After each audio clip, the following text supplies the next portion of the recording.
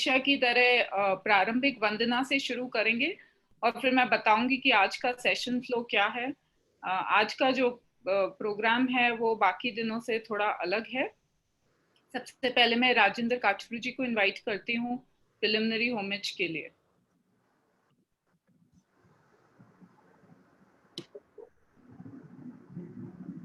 योऽसो भगवा अरहं सम्मा सम्बुद्धो स्वाख्यातो येन भगवता धम्मो सुपटिपन्नो यस्य भगवतो सावकसङ्घो तम्मयं भगवन्तं तधम्मं सङ्घं इमे सत्कारे हि यथार्हङ्गारोपिते हि अभिपूजयामा पश्चिमा जनतानुकम्पमानसा इमे सत्कारे दुगतपणाकार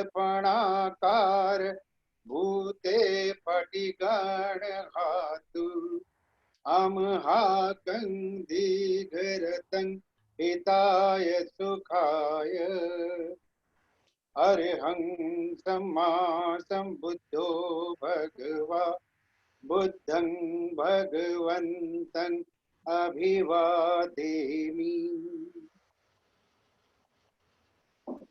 स्वाख्यातो भगवता धम्मो धम्मं नमस्सामि सुपटिपन्नो भगवतो सावकसङ्घो सङ्घं नमामि अन्धमयं बुद्धस्य भगवतो उभाग नमस्कारं करोमसे नमो तस्य भगवतो अरहतो सम्मा सम्बुद्धस्य नमो तस्य भगवतो अरहतो सम्मा सम्बुद्धस्य नमो तस्य भगवतो अरहतो सम्मा सम्बुद्धस्य।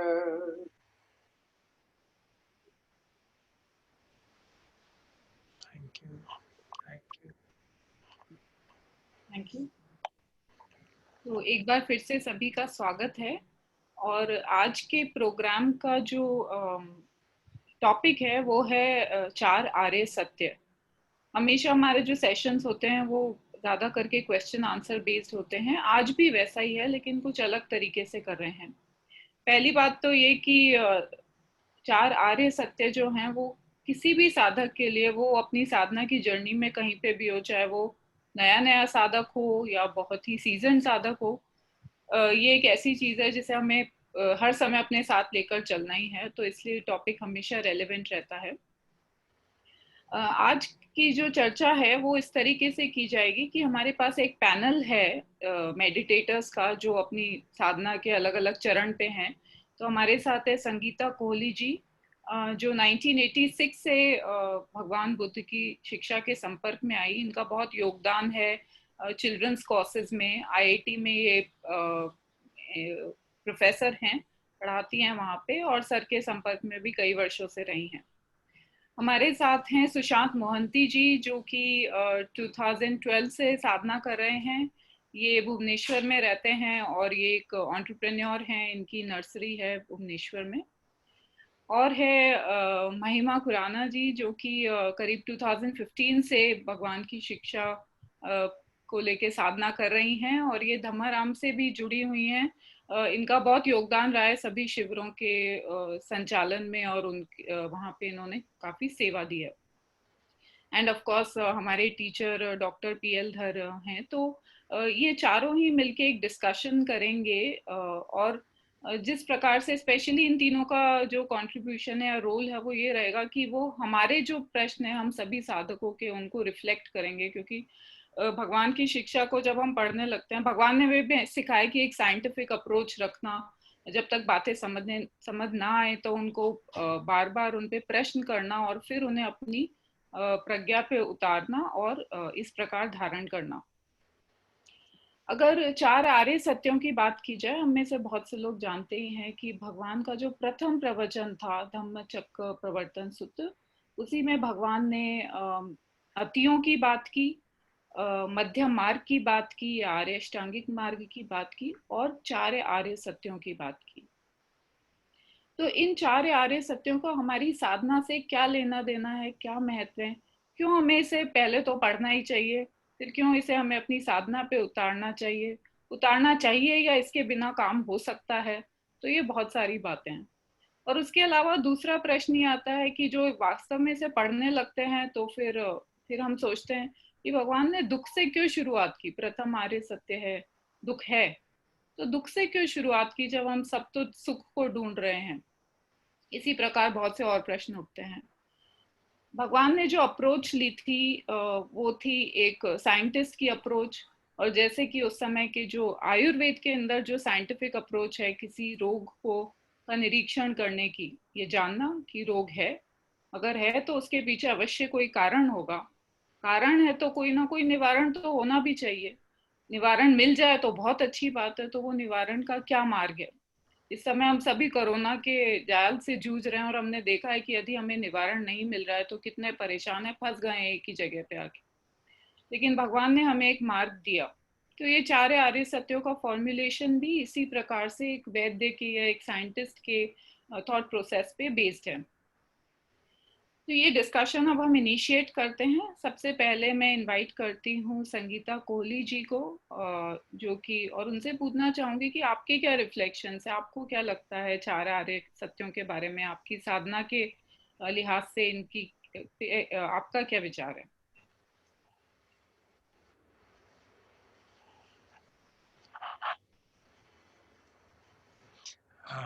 मेरा रिक्वेस्ट है कि you put on screen all the 4-5 people who are participating. अगर possible हो तो आप ऐसा कर दीजिए। जो हमारे दीपक जी हैं तो वो कर पाएंगे, मुझे मालूम नहीं, so that we can create an ambience of a discussion. अगर हम 4-5 लोग एक दूसरे को देख रहे हैं स्क्रीन पे तो at least it gives a feeling of a discussion. Possible है तो आप कर दीजिए। I think हाँ सर, ऊपर गैलरी व्यू पे शायद क्लिक करने से हो रहा है। मैंने अपने लिए तो कर लिया, मुझे पता नहीं कि बाकियों के लिए भी वो हो गया कि नहीं। आप उसको पिन कर दीजिए फिर सबके लिए। अच्छा, वो मैं करके देख लेता हूँ सर। और जैसे आप 4 लोग बात करना शुरू करेंगे तो आप लोगों के वीडियो ही टॉप पर आ जाएंगे। नहीं, अगर साथ साइमल्टेनियसली रहें तो it gives a good feeling, technology का फायदा उठाया जाए तो अच्छा लगेगा। वैसे तो हम पता नहीं कब मिलेंगे, बट ऐसे ही मिल लेते हैं, स्क्रीन पे मिल लेते हैं। अभी तो 2-2 साल की बात हो रही है।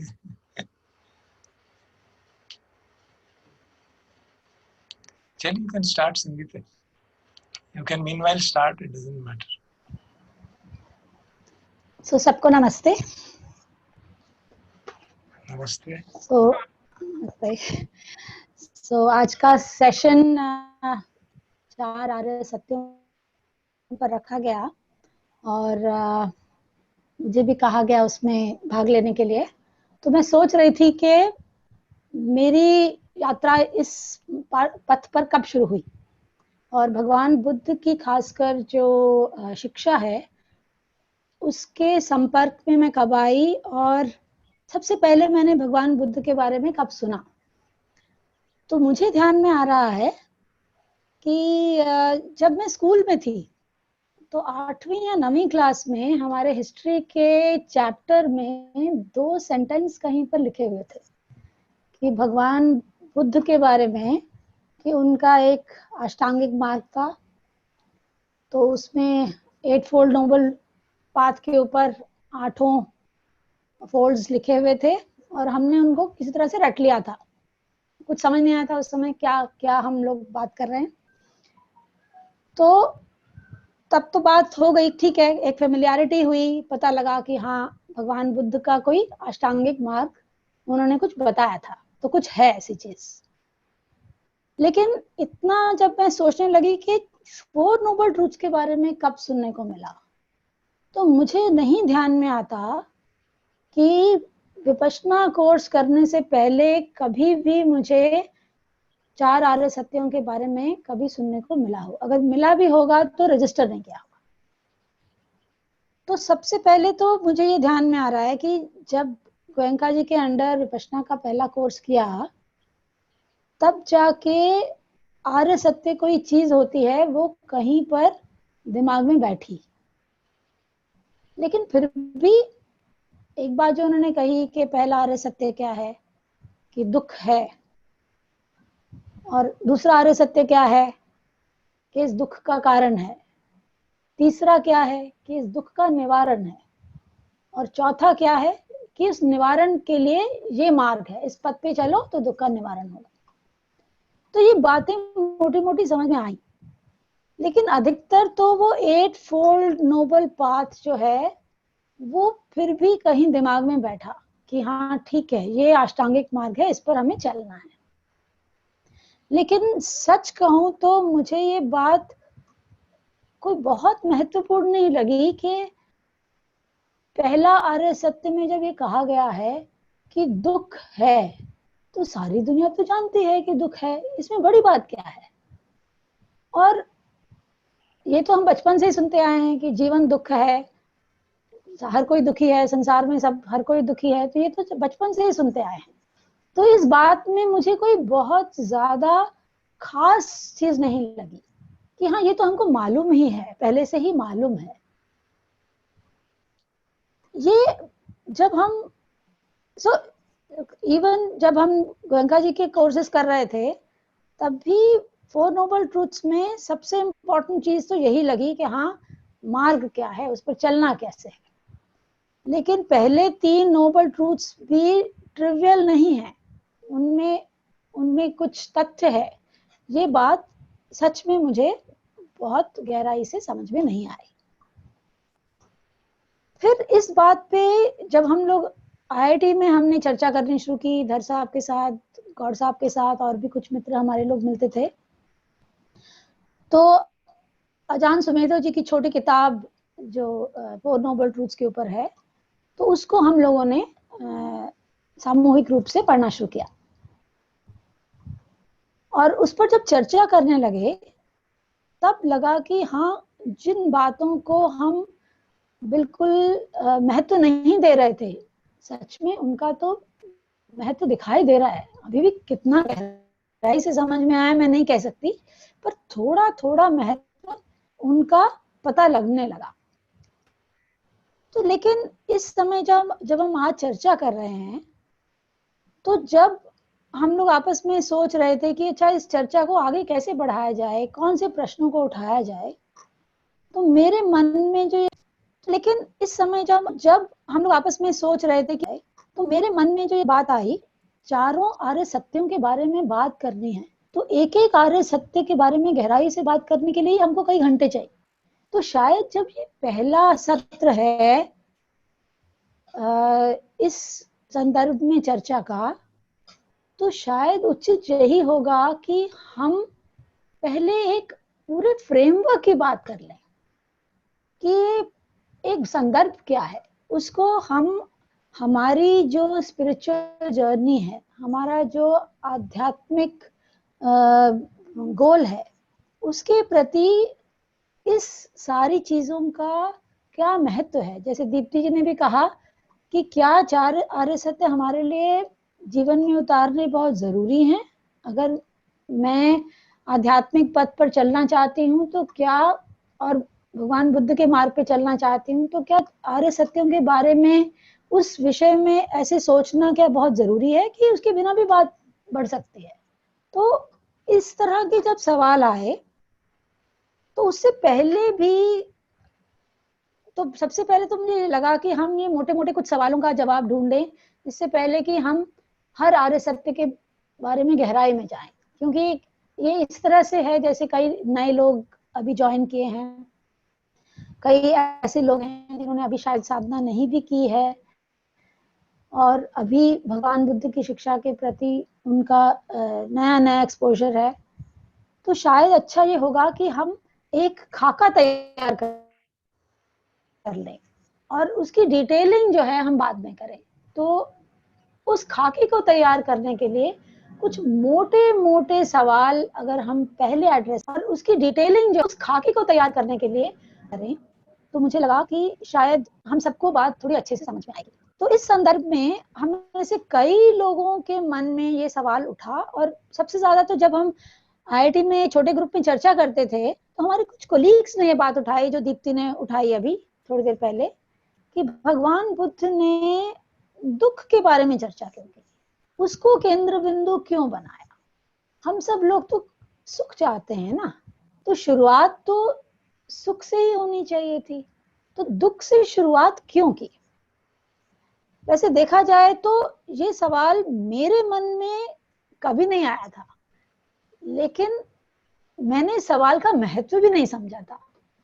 जब हमारे कुछ कोलीग्स ने ये बात उठाई तब मुझे लगा कि सच में इस नजरिए से भी इस प्रश्न को देखा जा सकता है, इस पूरी शिक्षा को इस नजरिए से भी देखा जा सकता है। तो इसलिए मुझे लगा कि शायद सबसे पहले अगर हम इसके बारे में इस चीज के ऊपर प्रकाश डालें कि भगवान बुद्ध ने दुख को ही केंद्र बिंदु बनाकर क्यों शिक्षा आगे बढ़ाई, सुख की बात पहले क्यों नहीं की, तो शायद हमारे कई श्रोताओं के मन में जो शंकाएं होंगी वो शायद दूर होंगी।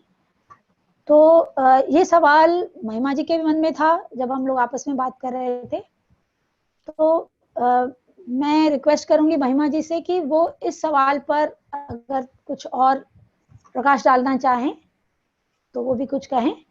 फिर हम रिक्वेस्ट करेंगे प्रसिद्धर से कि वो हमें इस सवाल के बारे में थोड़ा गहराई से थोड़ा उसके बारे में रिस्पॉन्ड करें। सो महिमा को मैं इनवाइट करूंगी। महिमा जी, आप कुछ कहना चाहेंगे इस बारे में? Good evening to all. Yes, suffering is something like initially तो मुझे ऐसा ही फील होता था कि why people are looking for enlightenment, why they want to be free from rebirths, to tell you the truth.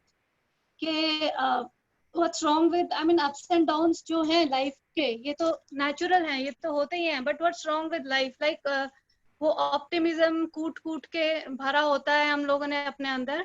So my feelings were like that कि what's the big deal about suffering, यार ठीक है जो है थोड़ा बहुत आता है जाता है चलता है। टू एक्चुअली अंडरस्टैंड सफरिंग है क्या, वो जब आप रियलाइज करते हो, when you stop looking outside. Normally हमारा सफरिंग का definition होता है कि he is suffering, she is suffering, for me that some outer cause is the suffering. We never look within के that is where it is originating and that is where it is ending. So always the suffering used to be something outside or someone outside. And to tell you the truth, when I did my first Vipassana course, second Vipassana course, तब भी मैंने कभी suffering को seriously नहीं लिया. Anicca was a more important thing for me, उस पे ज़्यादा focus रहा था. And anatta मुझे बहुत ही complicated लगता था. I used to think अगले जन्म में करूँगी. But when I actually started listening to Sir's classes, that is the time I understood the importance of the Four Noble Truths and the value of anatta. So suffering उस चीज से मुझे काफी समझ में आई. So the mental part of suffering, the physical part of suffering, that I could make out the difference. So again, the details from the sir, and if Sushant would like to add on anything to it.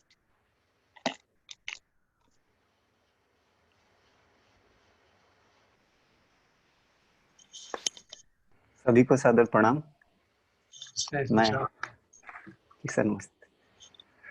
मैं भुवनेश्वर से हूँ और sir से पिछले 1-1.5 साल से जुड़ा हुआ हूँ। और जब सर ने बोला कि ये सब 4 आर्य सत्य पर डिस्कशन करना है, तो मैं ग्रुप में भी बताया कि मैं अभी नया हूँ, अभी थोड़ा थोड़ा इस टीचिंग के पहले 2012 से तो मेडिटेट कर रहा हूँ, पर I was more linked with J Krishnamurti, तो उनके टीचिंग्स को पढ़ता था, सुनता था। पर जब सर को यूट्यूब पर मिला, देखा, तो इसमें इंटरेस्ट ज्यादा आया, क्योंकि इसमें और refined, there are very similarities between Buddha and J Krishnamurti, पर सर जितना सिंप्लीफाइड करके बोलते हैं तो वो अच्छे से समझ में आता है। बाकी अभी का जो जिस पर हम चर्चा कर रहे हैं, भगवान बुद्ध ने दुख को ही क्यों चुना, पहले मैं भी यही समझता था कि नहीं, संसार में जानते हैं दुख है, चारों ओर दुख है, लोग मर रहे हैं, रोग है, पीड़ा है, मतलब जीवन भर दुख है सभी का। एक आजन सुमेधो अपने किताब में भी यही कहते हैं, the suffering comes from being alive, मतलब दुख हमेशा ही है। इंसान जो भी करता है अपने दुख से छुटकारा पाने के लिए करता है, चाहे वो अम्यूजमेंट में लिप्त रहा हो या मटेरियल ढूंढता रहता है, अपने लिए कलेक्शन करता रहता है, वो किसी प्रकार अपने आप को भुला देना चाहते हैं, वो दुख से भाग जाना चाहता है।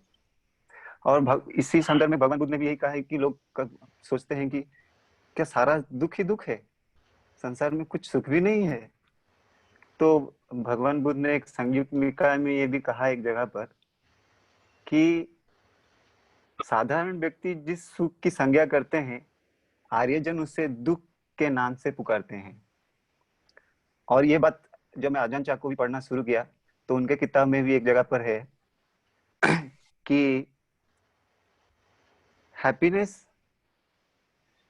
Is the refined form of suffering, means, और जिसे हम सुख समझ रहे हैं वो वाकई में दुख है। अगर वो सुख चला जाए, क्योंकि वो तो दुनिया का नियम है कि बदलता रहेगा, वो बदल जाता है तो फिर दुख होता है, और फिर जो बदल गया वो क्यों बदल गया उसके ऊपर भी दुख होता है, वो क्यों नहीं रहा। तो इसी सिलसिले में वही जो बुद्ध ने कहा है कि ये सब दुख है, तो उसी से मैं सोच रहा हूँ, इसलिए दुख को लेकर बुद्ध ने शुरुआत किया हुआ है। और आजम सुमेधो का जो किताब है, मैं सर से, वो सर भेजे थे, उसको भी थोड़ा पढ़ा हूँ। तो उसमें भी वजन सुमेधो कहते हैं कि थाईलैंड में अभी सब मतलब साधना में ज्यादा स्ट्रेस देते हैं और 4 आर्य सत्यों का उतना उपयोग नहीं करते।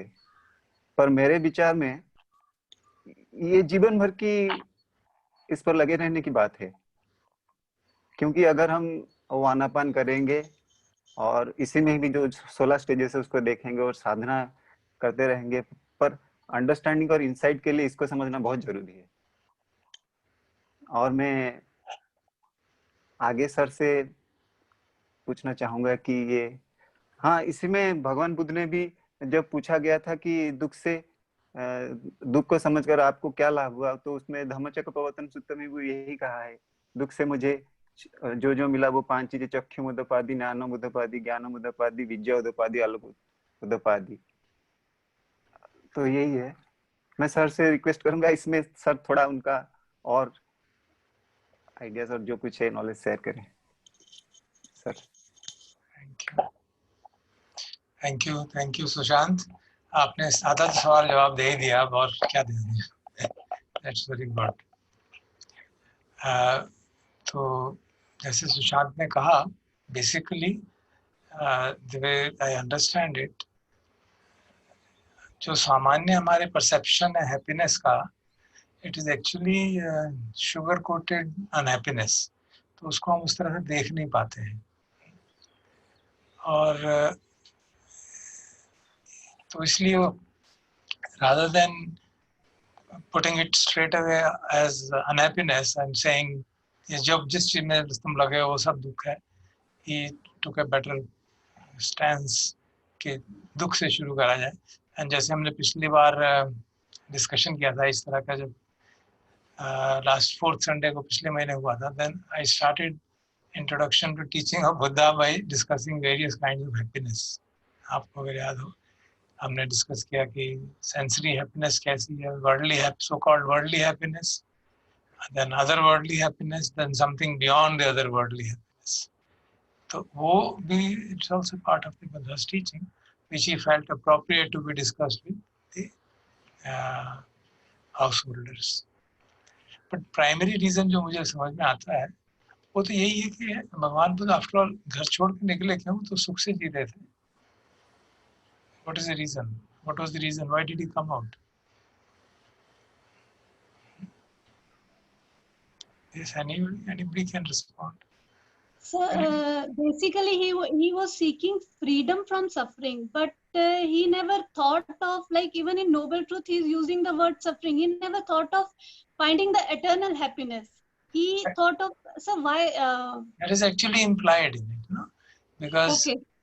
Because what he meant by suffering was obviously not this issue of basic issues which he, जैसे 5 से में बात कही जाती है ना, मेरे विचार से ये ही विपयोगो दुखो, अपि ही संपयोगो दुखो, यमपि इच्छा लभति तमपि दुःखम, ये सब तो हमारे सामान्य एक्सपीरियंस है. तो लेकिन भगवान बुद्ध का जो इस डायरेक्शन में चेंज हुआ देखने, अदरवाइज तो वो सुख में ही सारे 24 घंटे उसी में रहते थे. The change happened when he saw an old man, a person who was ill and a person who's died, and then he saw a monk. तो उनका जो mindset था, first exposure to possibility of all these facts of life, old age, sickness, death, and the way he questioned his associate कि मुझे भी ऐसे मरना पड़ेगा क्या. एंड जैसे जो चाइनीज वर्जन्स हैं उसके स्टोरी ऑफ बुद्धा के, उनमें ये सब बातें आती है. जैसे थिक नाटन जी ने लिखी है वो किताब ओल्ड वाइट क्लाउड, बहुत सुंदर पुस्तक लिखी है. तो उसमें वो कहते हैं कि वो he just reflected on it कि okay I will also die and then again get reborn, then my wife will also die, this child has born, he is also die. तो ये सब कब तक चलता रहेगा. एंड यू कुड विजुअलाइज कि ये सब चक्र तो अनंत काल से चला आ रहा है कि पैदा होते हैं और पैदा होते ही दुख शुरू हो जाता है और अंत तक continuous abiding sense of satisfaction तो रहता नहीं है. प्रिय से बिछो होता ही रहेगा, अप्रिय से संयोग होता ही रहेगा, और फिर जो गहराई से जब अभी इच्छा, जो इच्छा चाहते हैं वो तो होता नहीं हमेशा, जो हम चाहते हैं वो नहीं होता, जो नहीं चाहते हैं वो होता रहता है. और फिर उसको जब गहराई से उन्होंने देखा, जैसे after his enlightenment he could see what is the root. The root was संकेतेन पंच उपादान खंदा दुख. तो ये 5 उपादान के खंड हैं जो मैं, जिसको मैं कहता हूँ बॉडी एंड माइंड, वही दुख है. अब वही दुख है तो इससे मुक्ति कैसे होगी जब तक ये बॉडी माइंड के चक्कर चलता रहेगा. The moment you are born to die ultimately. तो वो एक्सपीरियंसेस तो होते रहेंगे. तो वो he took a cosmic view of suffering, not a narrow view of suffering, कि बार बार जन्म लेना, बार बार मरना, इस चक्र से क्या मुक्त हो सकता है कोई. That was his undertaking.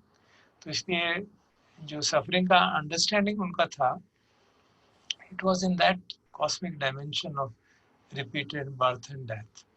And that's what when he said, जब एनलाइटनमेंट के बाद जो फर्स्ट स्टेटमेंट था, अब मेरा कोई दोबारा जन्म नहीं होगा, नत्थि दानु पूर्णम भवति, जो उसमें धम्मचक्कवर्तन सूत्र में भी बात आती है.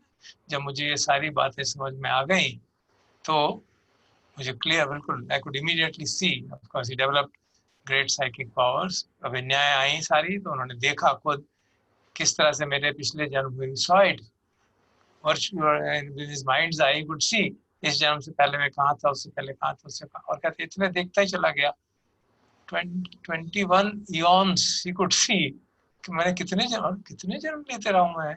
And this has been going on. That's how his exaltation was. अनेक जाति संसार संदावश्य. So that was the objective, to get through the cycle of birth and death. It's a very cosmic kind of understanding of unhappiness. And that's why वो प्रथम आर्य सत्य को कि मैंने दुख है, ये जान के ही मुझे इतनी प्रसन्नता होगी. कुछ जगह कोई बात हुई, किसी को मालूम पड़ रहा है कि दुख है और वो कह रहा है मुझे प्रसन्नता हुई, मेरा ज्ञान चक्षु खुल गए, मेरी प्रज्ञा खुल गई. बेसिकली बिकॉज ऑफ दिस संकेतेन पंच उपादान खंदा दुख. अरे ये बात समझ में आ गई भाई दुख का कारण वहाँ है, वहाँ तो सारा कारण सारे चारों से वहीं से शुरू हो गए एकदम. The moment you realize it, everything else follows automatically. तो इसीलिए दुखार्य सत्य का महत्व बनाया गया. और उसके लिए क्या कहा उन्होंने? दुखार्य सत्य के लिए उन्हें ये कहीं नहीं कहा दुख से भागना चाहिए, इसको हटाना चाहिए, ये कहीं नहीं कहा. It should be understood. Suffering should be understood. Actually, suffering is a poor translation. Actually, दुख शब्द से भी जो आज हिंदी में हम इस्तेमाल करते हैं वो उस सेंस में दुख नहीं है कि कोई हमारे को डंडों से पीट रहा है या कुछ कोई बहुत भयंकर bereavement हो गई. It means if you take the kind of etymological meaning of the word dukkha, means difficult to bear, difficult to handle. और दूसरा एक और ट्रांसलेशन है दुख और खा का मिला के जो मिसफिट हो गया है कि जैसे एक वो चैरियट में जो होल होता है वो सर्कुलर होता है, अगर उसमें जो एक्सेल डाला जाए वो फिट ना हो उसमें तो ची ची करता रहेगा. That's the example which he uses in another discourse also of food. तो जो a sense of discomfort, even simple discomfort like अब मुझे प्यास लग रही है, so it creates discomfort. So that also will qualify as dukkha in that sense. So when you look at it at that microscopic level, clearly understanding that yeah, this is what it means. That if there is body, if there is mind, and if you are born again and again, you're bound to suffer to these uncomfortable moments throughout the life. And howsoever happy you may be, those will always be a part of the experience because of the basic fact of impermanence. Things are not going to stay and all. तो जो सुख भी हमें लगता है उसके साथ दुख जुड़ा ही हुआ है, उसके साथ ही जुड़ा हुआ है. It's just the other side of the coin. तो इस सेंस में his exposition on dukkha is actually includes an exposition on sukha also.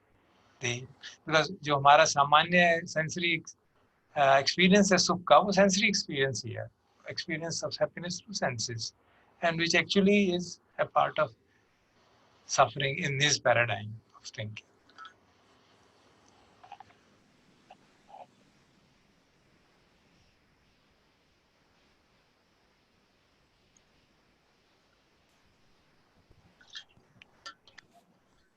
Sir इसी से रिलेटेड एक सवाल पूछा गया है कि पेन और सफरिंग में क्या डिफरेंस है? Yes. We must also appreciate that the Buddha is not talking of physical pain as suffering from the point of view of overcoming it through the Four Noble Truths. Of course, physical pain is a suffering when we take the personally. तो pen का जो है वो एक feeling है और उस feeling के प्रति हमारा क्या रिस्पॉन्स है, वो सफरिंग का रिस्पॉन्स भी हो सकता है, वो मेयर ऑब्जर्वेशन का कि हाँ पेन हो रहा है बॉडी में, and then one reflects whether this pain can be something can be done to alleviate that pain. So the Buddha is not उनको कहा जाता है the great physician, but the suffering he is talking about is actually psychological suffering, primarily that, जिसे वो कहते हैं दूसरा arrow है ना, सेकंड एरो एनालॉजी दी जाती है कि आपको एक प्रकृति के कारण आपके कर्मों के फल के स्वरूप में आपको कोई अनप्लेजेंट सिचुएशन आई है. So in the life there are unpleasant or pleasant situations. We convert them into suffering by our response. तो वो कहते हैं उसको कि आपके एक एरो तो लग गया और आपने एक और एरो अपनी तरफ से मार दिया अपने अज्ञान के कारण से. जो दूसरा एरो है वो साइकोलॉजिकल सफरिंग है जो हम हमारे लैक ऑफ अंडरस्टैंडिंग में क्रिएट हो जाती है, क्योंकि हम फीलिंग जो है, वेदना जो है, उसको एज ए फीलिंग नहीं देख पाते, उसको मैं मेरा समझ के उसके प्रति प्रतिक्रिया करते रहते हैं. So, अभी जो सर ने बताया हमें कि सफरिंग को केंद्रित क्यों किया, सफरिंग को ही केंद्र बिंदु क्यों माना, तो इस संदर्भ में मुझे एक छोटी सी फीलिंग और रही है, कुछ दिमाग में थॉट्स आ रहे हैं कि जैसे सर ने बताया कि हमें सफरिंग को अंडरस्टैंड करना है, तभी हम उससे बाहर निकल सकते हैं। तो अभी जब हम खासकर हम लोग घर में कुछ चर्चा कर रहे थे इसी बारे में कि आजकल की younger generation does not want to even talk about suffering, कि बहुत एक नेगेटिव आउटलुक है, एक बहुत पेसिमिस्टिक आउटलुक है, और कई लोग कहते हैं let's talk only in terms of bliss and you know positive thoughts and all that.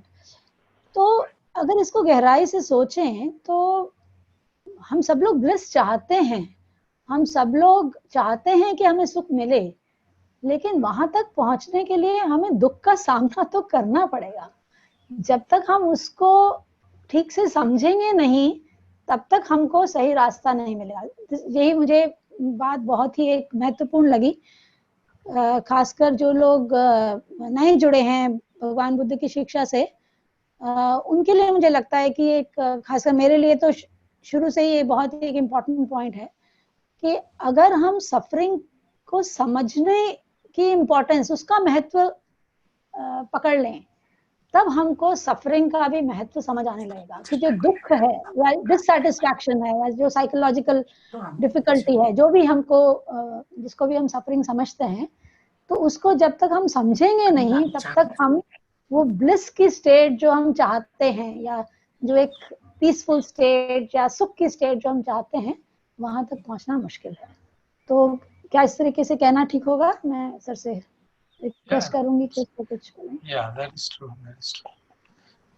और eventually, ultimately, जो when we follow the path of understanding, so eventually we realize कि the search for happiness is actually the cause of suffering.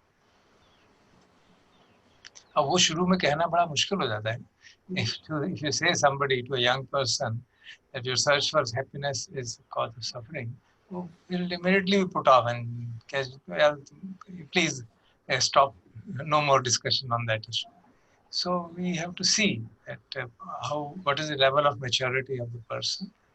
That's why the first presentation we made here on this, when it started studying the teachings of the Buddha, was kinds of happiness. So for a young person to be discussing should be, okay, what kind of happiness do you want? Buddha has laid down a whole full spectrum of happiness you can get. So come on, let's see what is the kind of happiness you want. And then from there, slowly one can go. और वो सब अपने अनुभव पे आते हैं ना, कि आप and see what he starts from, earning wealth. You know, it sounds so strange that a Buddha should talk of first happiness, earning wealth, righteously earned by the sweat of your, the other words he uses, by the sweat of your brow, that gives you joy. Yes, that's one, first happiness. And second is using that wealth successfully for your happiness, for enjoying sensory pleasures, for your family, and then for sharing it with others. So he takes it one step, slowly one step ahead. The tremendous psychological way he has taught. एक step उसको आगे ले गए, वो जो धन कमाया है अपने लिए नहीं छोड़ो, अपने परिवार के लिए भी करो और दूसरों के लिए भी करो, तो उससे और खुशी मिलेगी. When you start giving dana and others, you get greater happiness. Then debtlessness. Now that's आजकल के ज़माने में तो काफ़ी समझ में आता है, EMI के चक्कर में ज़िंदगी बेच रही, तो you can understand debtlessness का क्या महत्व है. You know, and at that time there was no such issue. But obviously, large number of people साहूकारों के चक्कर में फंसते होंगे, तो debtlessness का महत्व समझ में आता है. तो वो जो है इन दोनों से ऊपर है उठ के. So it's giving them kind of goals, achievement goals. हाँ, ये जो है उससे भी अच्छा है, debt नहीं है तुम्हारा. हाँ, बिल्कुल लगता है, समझ में आती है. अच्छा, उससे बढ़ के blamelessness, कि आपने कोई ऐसा काम नहीं किया जिससे गलत काम, कोई शील नहीं तोड़ा. He's not talking of शील at all. कि आपने कोई blame worthy काम नहीं किया. तो सब आदमी अपने कॉन्शियसली जानते हैं ब्लेम वर्दी काम क्या होता है. चोरी करते हैं तो ब्लेम वर्दी काम है, लूटते हैं किसी को, ब्लेम वर्दी काम है, अपने कॉन्शियस कहती है हमको. तो उस तरह से उन्होंने एक एक करके धीरे धीरे उसको प्योर इंद्रिय सुख से taking to the sila aspect of it. Then okay, इन सब से उठ के भी है भाई, कुछ समाधि का अभ्यास करोगे तो you will get real bliss. You know, that's what Sangeeta we were talking about. The kind of bliss you get when you practice samadhi is absolutely out of this world. otherworldly happiness है. पहला, दूसरा, तीसरा, चौथा, 8 ध्यान अगर आप कर लो, eighth jhana is like you're out of this world by all means. Physically also you're out of this world.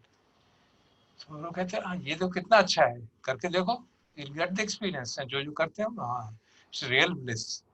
And then silently puts in, इससे भी ऊपर उठ के है यार कुछ. Don't get caught in this bliss, because this damn thing is also impermanent. This also you like get out of it, and then you will be in deep trouble. When you get into deep bliss and then you go back into the normal life, the life is becoming look like a hell. क्योंकि फिर सहन करना संभव नहीं होगा संसार की परेशानियों को, तब सहन करना बड़ा मुश्किल हो जाएगा. When you come out of eighth jhana and you go to a high temperature area और बाहर से गर्मी आ रही है तो मुश्किल हो जाएगी. Then say, oh, there's something much greater than that. It's greater than the otherworldly happiness. So what is that? You transcend you come out of all craving, aversion, delusion. So gradually he's taking in the same way, from this basic taking to there. So depending on whom we are talking, we can give instruction that way or this way. Sir आपने जो भी बात कही शुरू में कि जब हम सुख की खोज करते हैं तो वही सबसे बड़ा दुख का कारण है, तो अधिकतर हम सब लोगों को ये बात बहुत देर से समझ में आती है.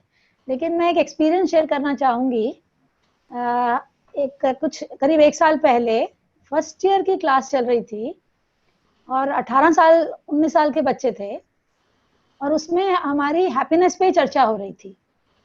तो एक बच्चे ने अपनी प्रेजेंटेशन में एक उदाहरण दिया जो मुझे भूलता नहीं है. उस बच्चे ने कहा कि मेरे विचार में हैप्पीनेस उस खंबे पर एक चिड़िया की तरह है जिसके पास जैसे ही हम जाते हैं वो उड़ जाती है, जैसे ही हम उसको पकड़ने की कोशिश करते हैं वो उड़ जाती है. तो एक 18 साल के बच्चे से ये बात आई तो मुझे लगा कि कितनी उसको गहराई से समझ आई है इस बात की, और हम लोग कई बार इस बात को सोच नहीं पाते. Very true, very true. Wonderful. तो इस चर्चा को आगे बढ़ाते हुए मेरे मन में एक और सवाल है. उससे पहले मैं महिमा जी से पूछूंगी कि आप कुछ और कहना चाहेंगे और कुछ पूछना चाहेंगे. Would you like to share something? महिमा जी एंड सुशांत जी. मुझे भी एक इंसिडेंस याद आया. Can you hear me? Am I audible? हाँ. राइट. इट हैपेंड एक्चुअली मैं मेडिटेशन करके उठी थी. सो फॉर्चुनेटली क्योंकि मेडिटेशन करके उठी थी माइंड थोड़ा पीसफुल था. And as I went out suddenly something happened. I got very badly hurt. And उस टाइम पे तो शायद मुझे मैं 2 एस्पेक्ट्स ऑफ सफरिंग नहीं देख पाती जो मुझे उस टाइम दिखा. कि एक तो जो फिजिकल पेन हो रही थी, फिजिकल कट था, ब्लीडिंग थी, वो दिख रहा था. और दूसरा उसके साथ जो मेरे माइंड में उठ रहा था, somehow I could able to catch it and I could see कि कैसे I am suddenly there is a fear कि अगर इसमें सेप्टिक हो गया, suddenly the pain and the suffering increased. And फिर then when I observed it, I could disconnect with it. And थोड़ी देर के बाद फिर suddenly some other fear would come. Blood loss हो गया, ये हो गया. So that was the first time when I realised the 2 arrows वाली जो सर आपने बात करी है कि एक फिजिकल जो है जो हुआ है वो सो तो हुआ ही है, उसके ऊपर जो हम एड ऑन करते हैं. सो that was one thing. And I think थोड़ा सा अगर उस टाइम हम थोड़ा सा पेशेंस रख के पीसफुली कोशिश करें तो we all can get a hang of it. Sir, thank you. Sushant ji आप कुछ कहना चाहेंगे अभी जो चर्चा चल रही है उसके संदर्भ में? हाँ, मैं भी अपना एक एक्सपीरियंस शेयर करना चाहूंगा. पहले वो हैप्पीनेस के बारे में एक कोट मुझे याद आ गया, कहीं पर पढ़ा था. तो जब पढ़ा था वो एकदम से स्ट्राइक किया और तभी से याद है. वो लिखा था, happiness is a strange thing, it comes when we are not seeking it. तो यही बोलना. और मेरा जो एक्सपीरियंस रहा, जो जिस पर हम चर्चा कर रहे हैं, जब मैं बैठता हूँ मतलब मेडिटेशन करने के लिए, तो आधा घंटा 40 मिनट के बाद पूरा एकदम बॉडी में पेन शुरू हो जाता है.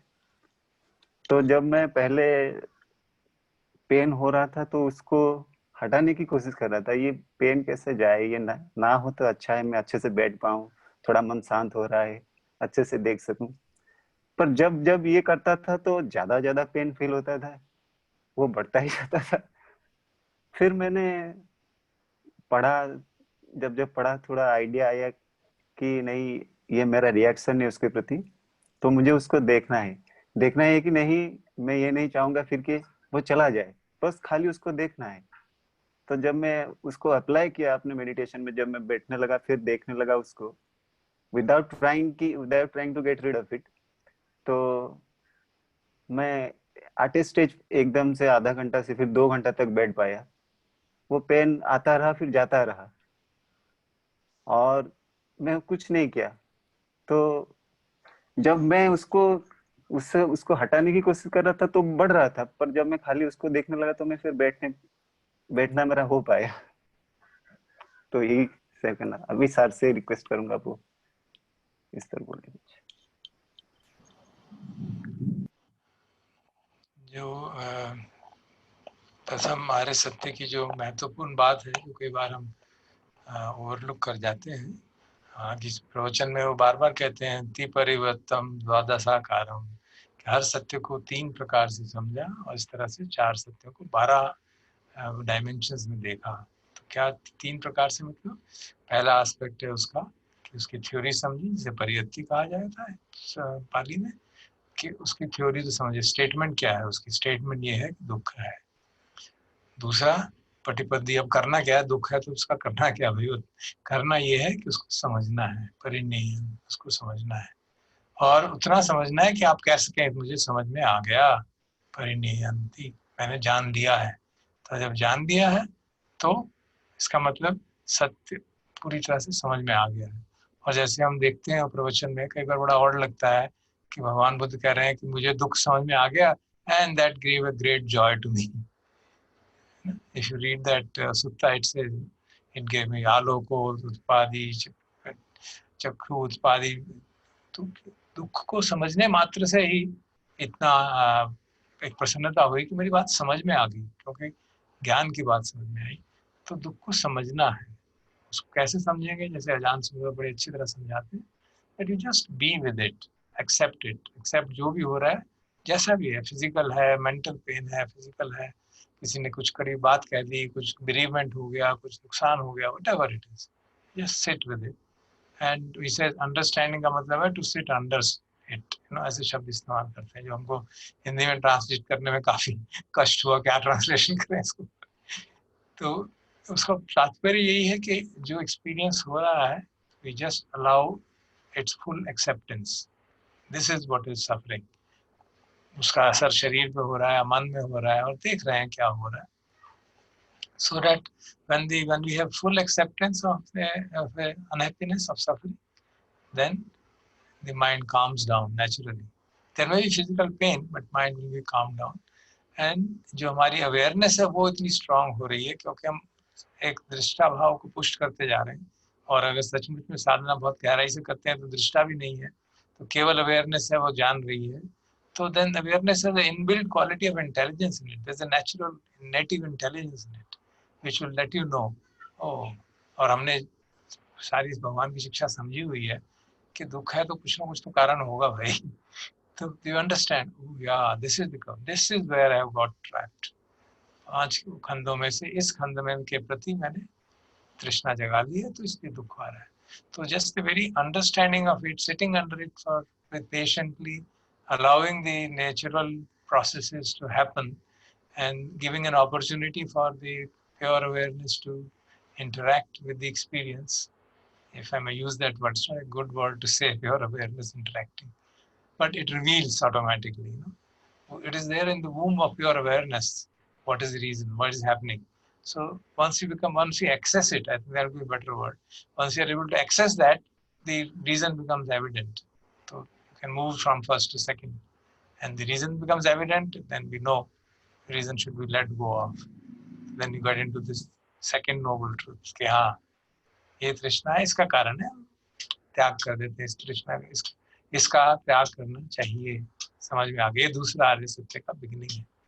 अब वो मैं कर पा रहा हूँ कि नहीं वो डिपेंड करेगा क्या कितना स्ट्रॉन्ग अटैचमेंट है। आई कैन सी दैट कि हो रहा है, हो पाया है। जिस हद तक हो पाएगा उस हद तक दुख कम हो जाएगा, जिस हद तक नहीं हो पाएगा वी अंडरस्टैंड, या I am not able to let it go, then of course we further investigate why am I not let it go, that's a different issue।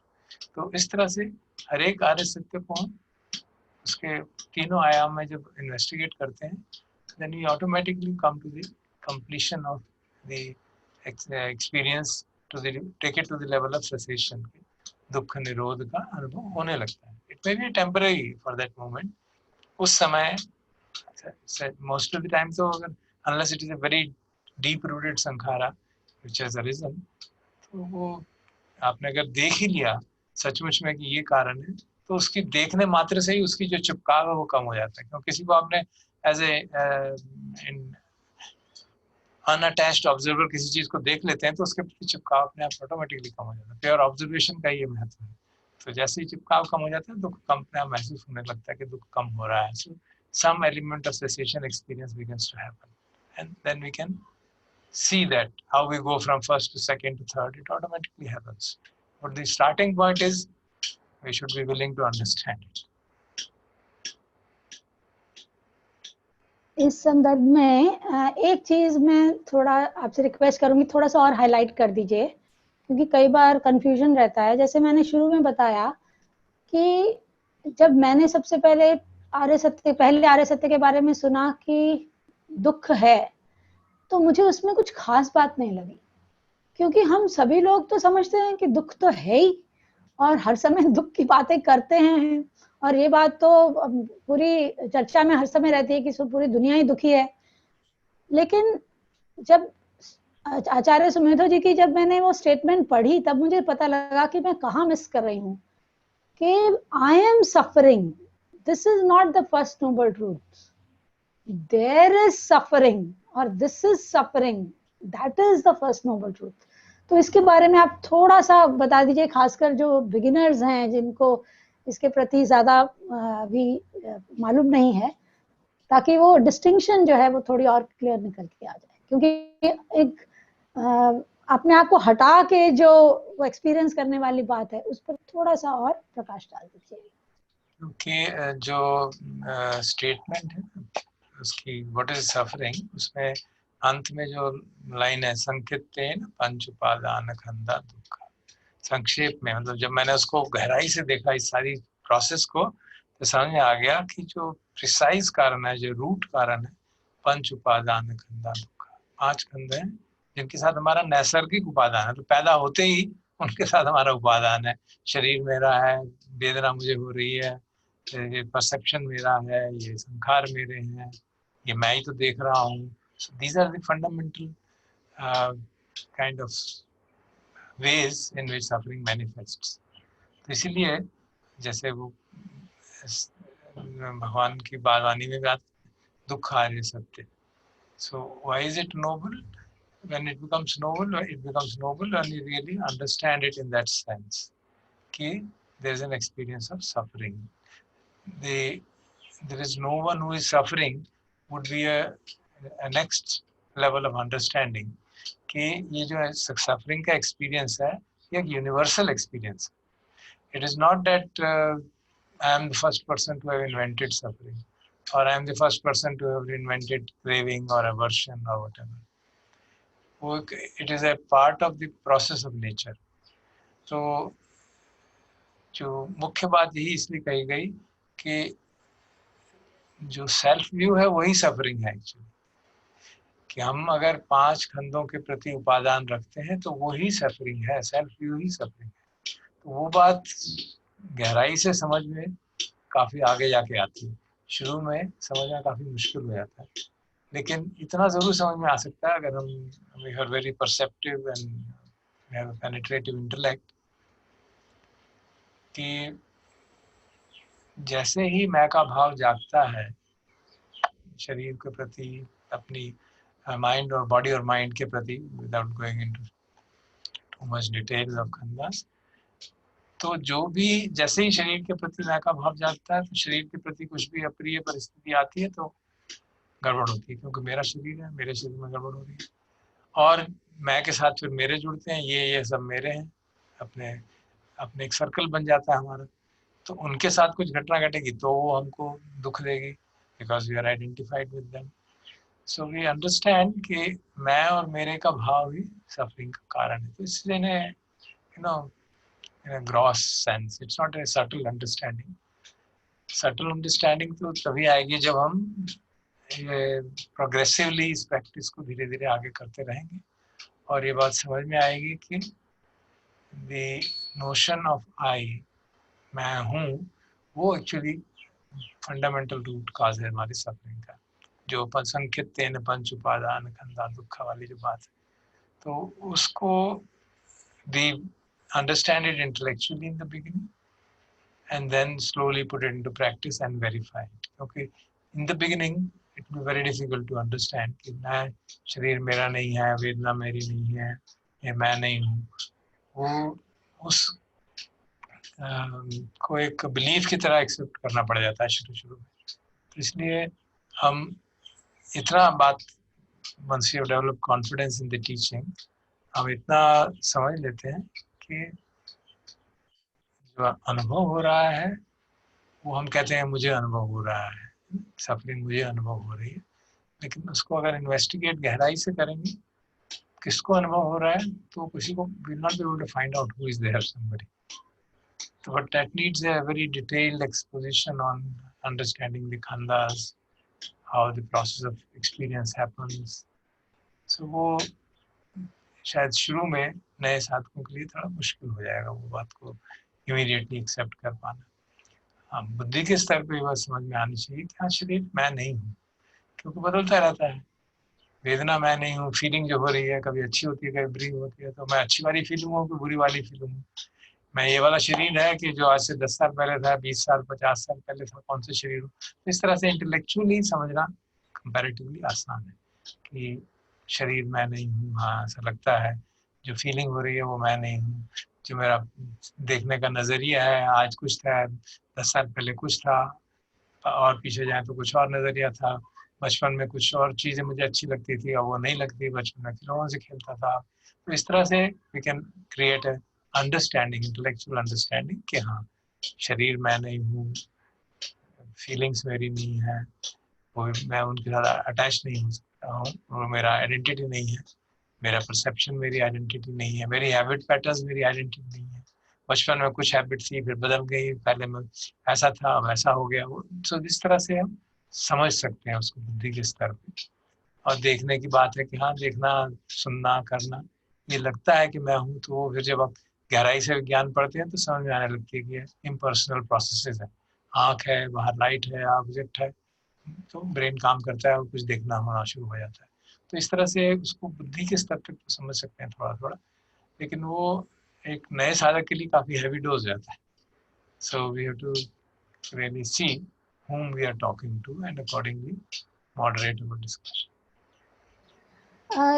नए साधकों के लिए अगर हम ऐसे कहें तो क्या ठीक होगा कि जैसे कभी कभी किसी ने मुझे कोई कुछ ऐसी बात कही जिससे मुझे बहुत दुख लग गया, तो कई बार हम इवन जब हम नए नए साधक थी, मैं तब कभी मुझे याद है कि कभी कभी हमको जब बोला जाता था कि अपने आप को थोड़ा एंटेंगल मत हो उसमें, मतलब डोंट ट्राई टू जस्टिफाई कि तुम उससे परेशान क्यों हो रही हो। किसी ने अगर कुछ कह दिया ऐसा, तो जस्ट एक स्टेप पीछे लेके can you just try to be aware कि हाँ, मुझे इस समय बहुत परेशानी हो रही है, इस समय I am not feeling good, whatever may be the reason, और वो जो परेशानी है यह दुख का अनुभव है।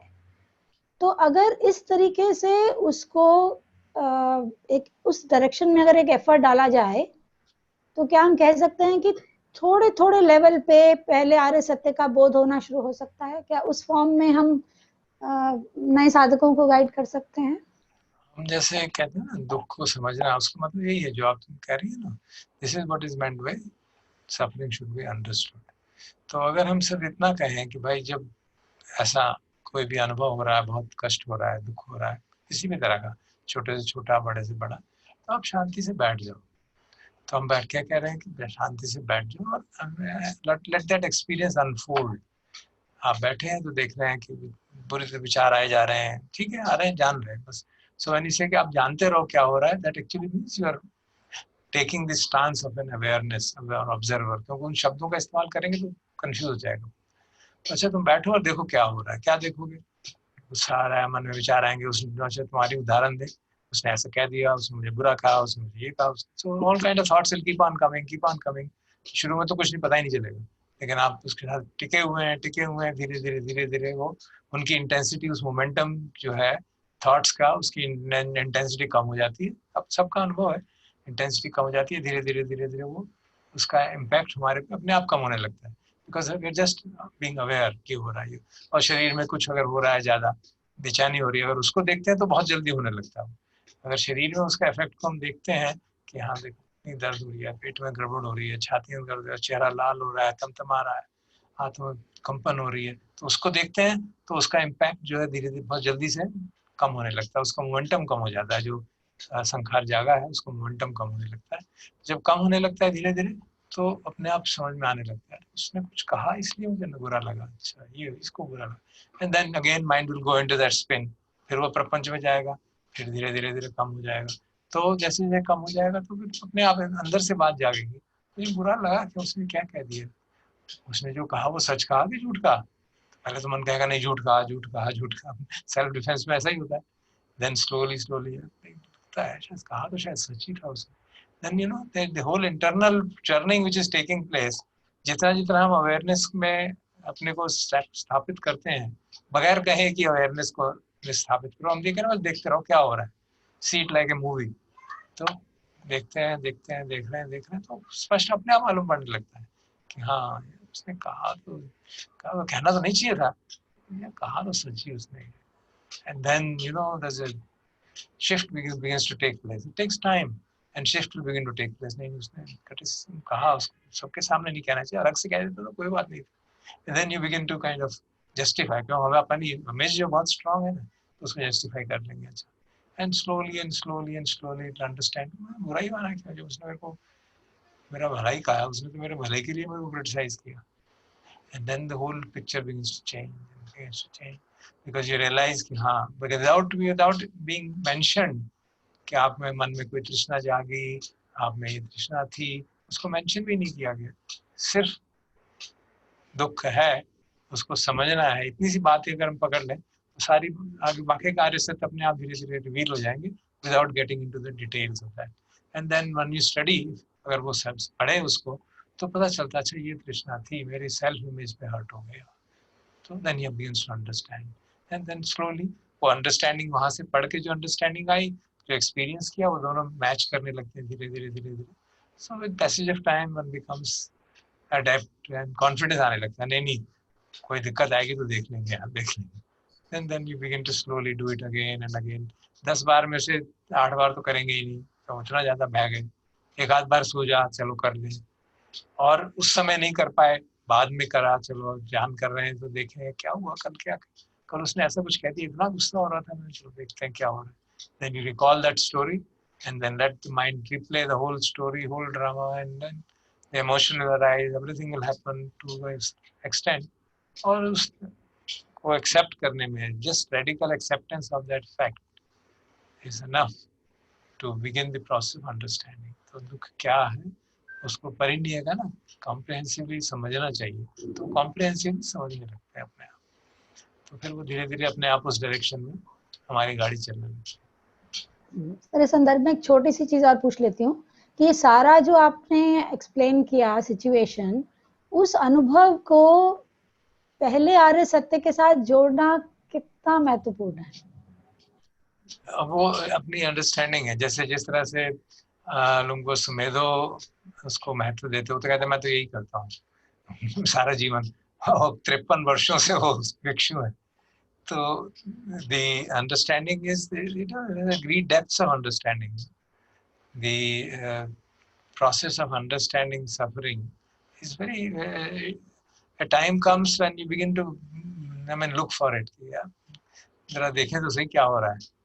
Even small things you begin to investigate like that. तो उसमें अपना वो धर्म का रूप स्वरूप है ना, यही पस्ती को इनवाइट करता है आपको, देखो तो सही, इन्वेस्टिगेट करो, तुम बड़े साइंटिस्ट बनते हो, जरा इन्वेस्टिगेट करो, इसको भी इन्वेस्टिगेट करो, ऐसे बाहर इन्वेस्टिगेट करो। So then it depends on the extent to which you want to take it really. If you talk to Ajahn Sumedho इनसे, बाकी सारे 80,000 डिस्कोर्स तो उसी का एक्सप्लेनेशन है, बाकी कुछ नहीं है इसमें कि दुखों को कैसे देखना है, 10-20 हजार तो उसके बारे में, दुख को कैसे देखना है। कुछ डिस्कोर्स ये है कि तृष्णाएं कितनी तरह की हैं, कुछ डिस्कोर्स ये है कि सचेशन का मतलब क्या होता है, कुछ डिस्कोर्स ये भी है कि 8 अष्टांगिक मार्ग में शील का क्या महत्व है, समाधि किसको कहते हैं। So it depends on the perspective which one takes really. कई लोग कहेंगे वो ठीक है, वो समझ लिया, मुख्य बात तो है कि बचना करो, सांस को देखो, संवेदना देखो, शरीर को देखो, या अपने विकारों को देखो। कुछ कहेंगे शांति से बैठे रहो, just sit quietly, do nothing and see what is going on and see it.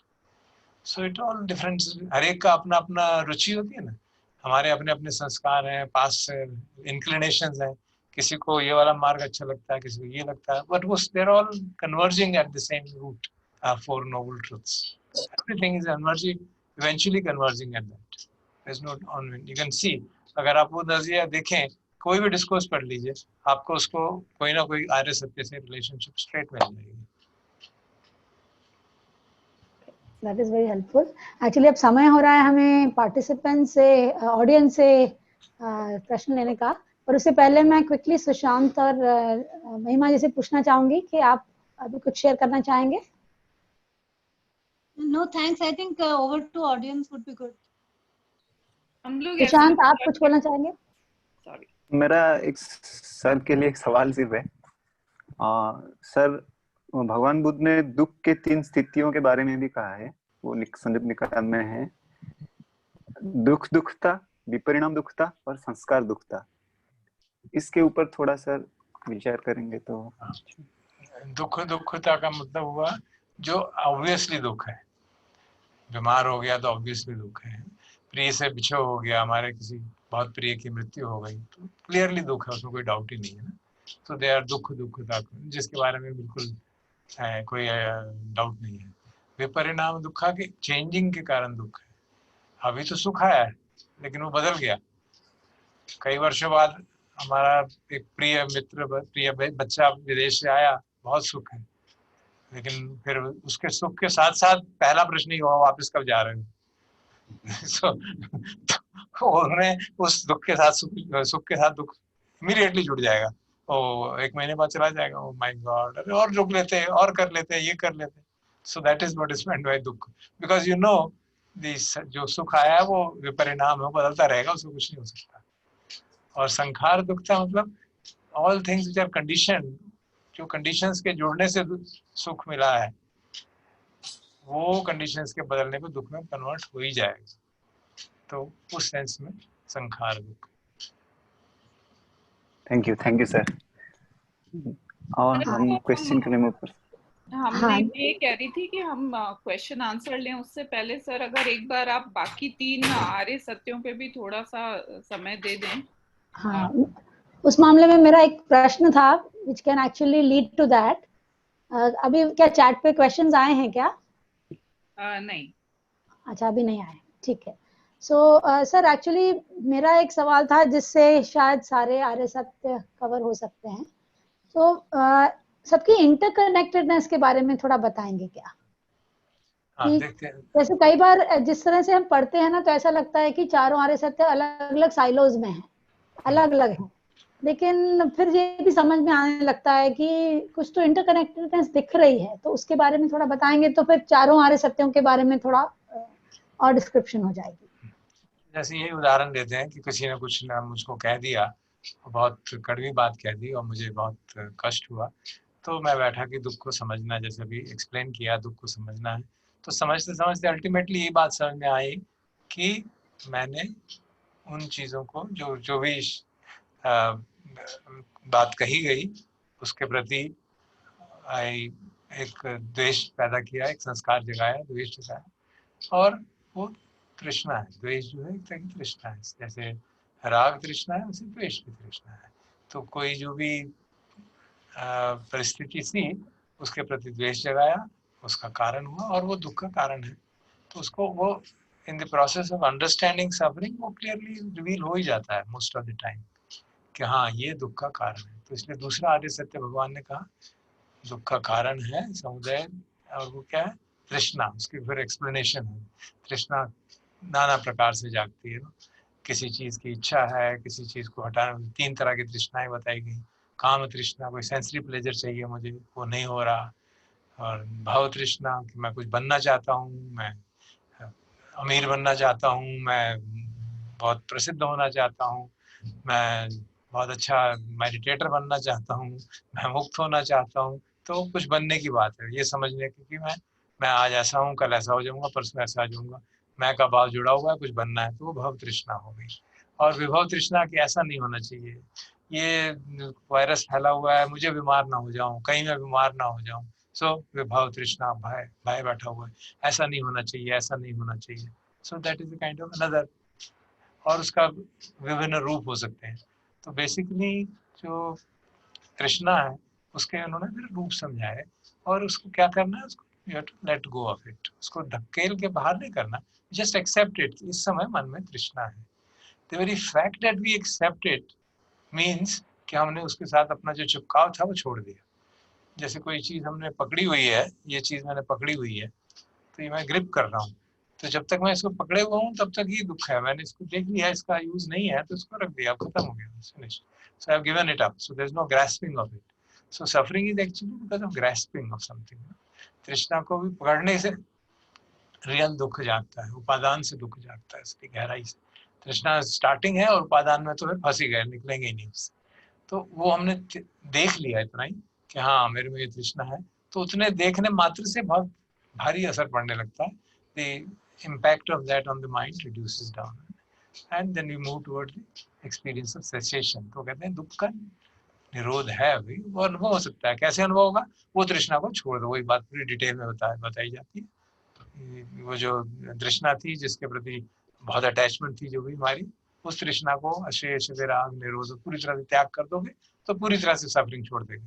जिस हद तक तृष्णा को त्याग करेंगे उस हद तक सफरिंग कम हो जाएगी। ये सब हमारे अनुभव में आ जाता है। 3 बातें आ जाती है कि हाँ दुख को समझ लिया तो उसका कारण मालूम पड़ गया, कारण को अगर त्याग कर दिया तो उसका निवारण हो गया और दुख का अनुभव हो गया। दुख का मार्ग है। तो जो हमने सब किया यही तो दुख का मार्ग है ना, दुख से मुक्ति का मार्ग है। तो फिर उसको रिव्यू करेंगे तो पता चलेगा कि हाँ यही दुख मुक्ति का मार्ग है। अगर हम में शील पुष्ट नहीं होते तो हम ये सब कर ही नहीं पाते। अगर मैंने चोरी की होती और मुझको किसी ने कह दिया और पता चल गया तो मेरे मन से दुख निकलेगा ही नहीं, क्योंकि वो चोरी करने का भय निरंतर लगा ही रहेगा। तो मैंने कोई शील बहुत जानबूझ के तोड़ दिया है तो पता चल जाएगा कि मैं सुख से नहीं रह सकता। तो दुख का कारण वो अपने आप मालूम पड़ जाता है अंदर से। और मैंने कुछ चित्त मेरा कुछ समाहित था तभी तो मैं देख पाया दुख हो रहा है और मैं उसको देख पाऊँ। उसके लिए मेरे चित्त में कुछ क्षमता होनी चाहिए कि वो उसको अलग कर सके, अनुभव को और देखने वाले। तो उसका तो समाधि का कुछ अभ्यास किया है मैंने, तभी मैं देख पाया हूँ। मेरा नैसर्गिक रूप पे इतनी मेरी डिटैचमेंट है मेंटल कंटेंट से, तो मैं देख पा रहा हूँ। तो फिर समझ में आता है अच्छा अभी मैं इतनी अच्छी तरह से नहीं देख पाया, देखो वो गड़बड़ ही रहा, कुछ पता तो चला, त्याग नहीं कर पाया। जो तृष्णा जागी थी मालूम पड़ गई लेकिन वो छूटी नहीं, वो चिपकी रहेगी। तो समझ में आता अच्छा अच्छा ये कारण है। अभी मेरे को गहराई से प्रज्ञा नहीं जागी, मेरी समझ में नहीं आई ये बातें। तो मेरी right view, right understanding, right intention वो बात हो रही तो बात तो फिर वो सारी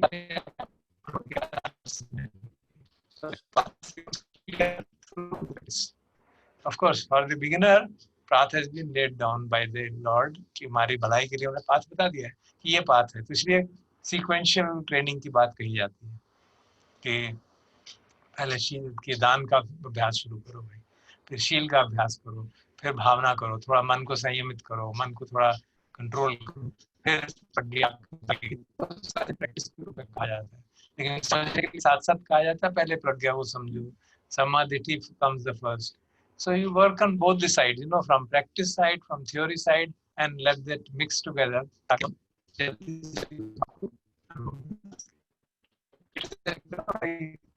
Wonderfully, because what an enlightened man will do would obviously be the best possible thing. तो उन्होंने ले डाउन भी कर दिया मार्ग को, और फिर उनको समझाने का तरीका और एक्सपीरियंस के माध्यम से कैसे उस तक पहुंचना है वो भी समझ में आया।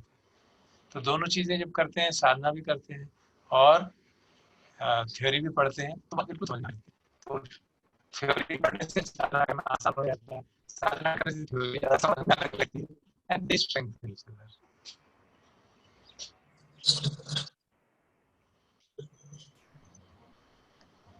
सुदीप्ति जी, यस। हाँ, कुछ कोई चैट पे क्वेश्चंस हैं क्या? हाँ, काफी क्वेश्चंस आए हैं अभी। Okay, so over to you with questions. Yes, and in fact I will, तो ये क्वेश्चंस मैं बता रही हूँ, ये पैनल के लिए हैं, तो आप में से कोई भी रिस्पॉन्ड कर सकते हैं या सर को पास ऑन कर सकते हैं एज यू विश। एक क्वेश्चन ये है कि क्या हम do we observe pain from an unpleasant incident during meditation or after meditation? Sir बता रहे थे कि हम रिफ्लेक्ट कर सकते हैं बाद में भी जाके, तो इस पे प्रश्न है कि यदि हमें कोई ऐसा अनुभव हुआ हो, दुखद अनुभव हुआ हो, तो उसी समय हम उससे रिलेटेड जो अनप्लेजेंटनेस है या दर्द है या दुख है उसका उस समय उसी समय निरीक्षण करें या बाद में भी कर सकते हैं?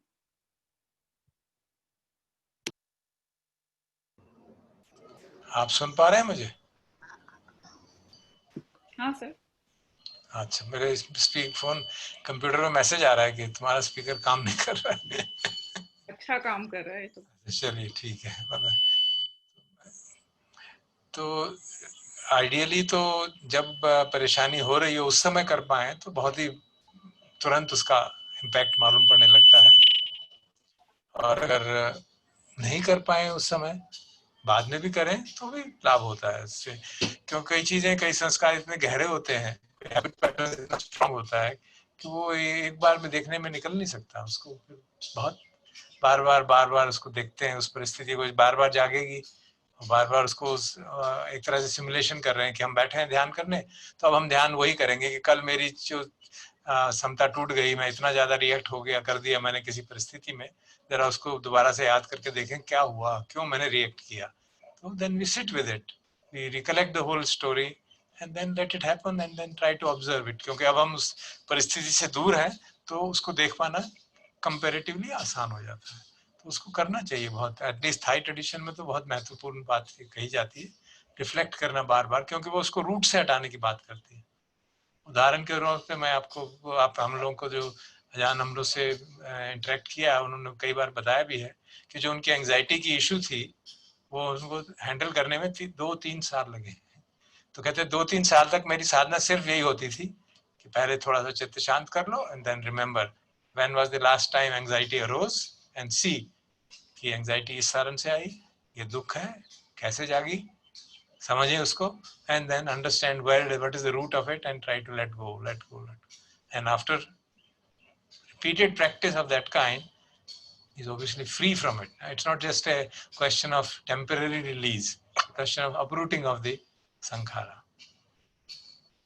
तो मैं भी ये कहना चाहूंगी कि मेरे अपने अनुभव से भी अगर पोस्ट रिफ्लेक्शन से शुरू करें तो धीरे धीरे प्रैक्टिस से, जैसे उन्होंने बताया, छोटी छोटी चीजों में उस समय का जो रिफ्लेक्शन है उसमें मदद मिलती है। मतलब प्रैक्टिस करते करते उस समय भी एकदम से कई बार जागरूक हो जाता है कि गुस्से से जवाब नहीं देना है, तो अगर गुस्से से जवाब दे दिया और कई बार दिया और बाद में रिफ्लेक्ट किया उसके ऊपर, तो फिर धीरे धीरे ऐसी स्थिति आने लगती है कि जब गुस्से से जवाब देने से कुछ सेकंड पहले या फ्रैक्शन ऑफ अ सेकंड पहले लगा कि नहीं, मुझे जवाब नहीं देना है, I just have to observe कि क्या हो रहा है। तो ये तो अपने अनुभव पे भी कई बार उतरा है। मे भी सुशांत या महिमा जी भी बता सकते हैं अपने अनुभव इस बारे में। I see a question there. Deepti, you can read that. Chat में क्वेश्चन है।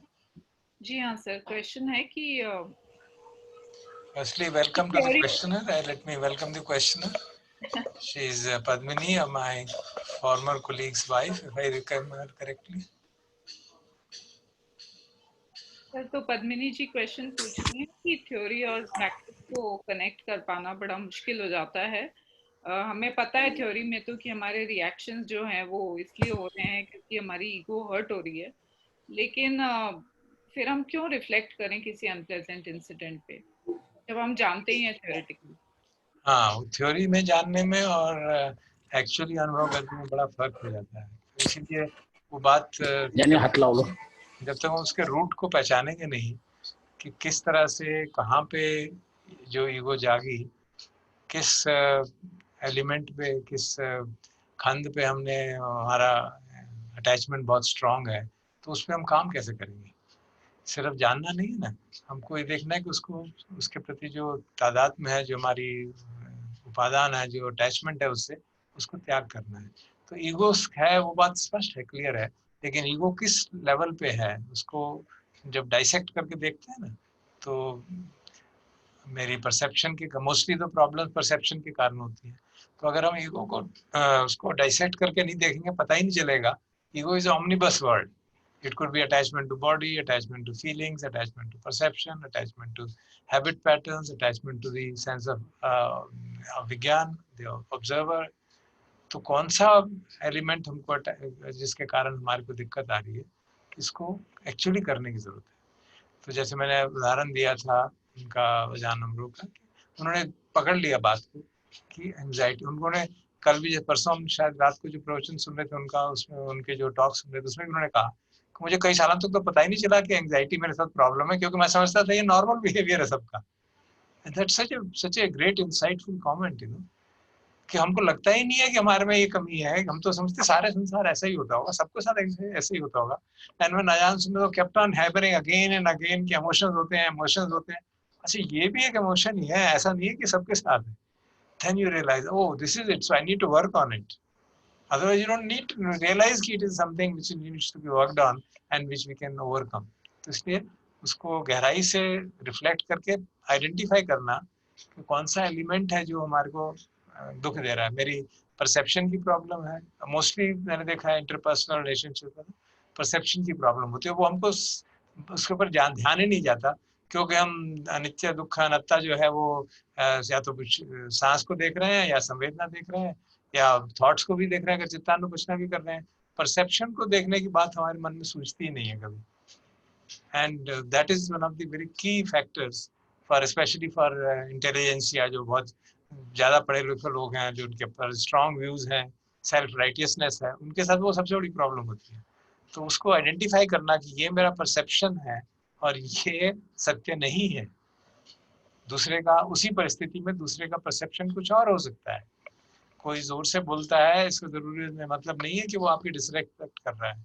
कोई धीरे बोलता है, इसका मतलब ये नहीं कि वो आपको इग्नोर कर रहा है। It is a matter of, it can be his way of expressing, it can be his way of speaking, and it can be something else. कोई आपको इंट्रोस्पेक्टिव है, कोई किसको इंट्रोवर्ट हैबिट में, कोई एक्सट्रोवर्ट है। तो ना इंट्रोवर्ट अच्छा है ना बुरा है, ना एक्सट्रोवर्ट अच्छा है ना बुरा है। हम अपनी अंडरस्टैंडिंग के हिसाब से इमेज बना लेते हैं। तो इस तरह की चीज़ें जो सूक्ष्म बातें हैं, वो उसको रिफ्लेक्ट करने पे ही, अनप्लेजेंट इंसिडेंट्स को रिफ्लेक्ट करने पे ही पता चलती है कि ईगो तो है, लेकिन किस आयाम में है, किस एस्पेक्ट में है। फिर उस पर हम वर्क ऑन दैट।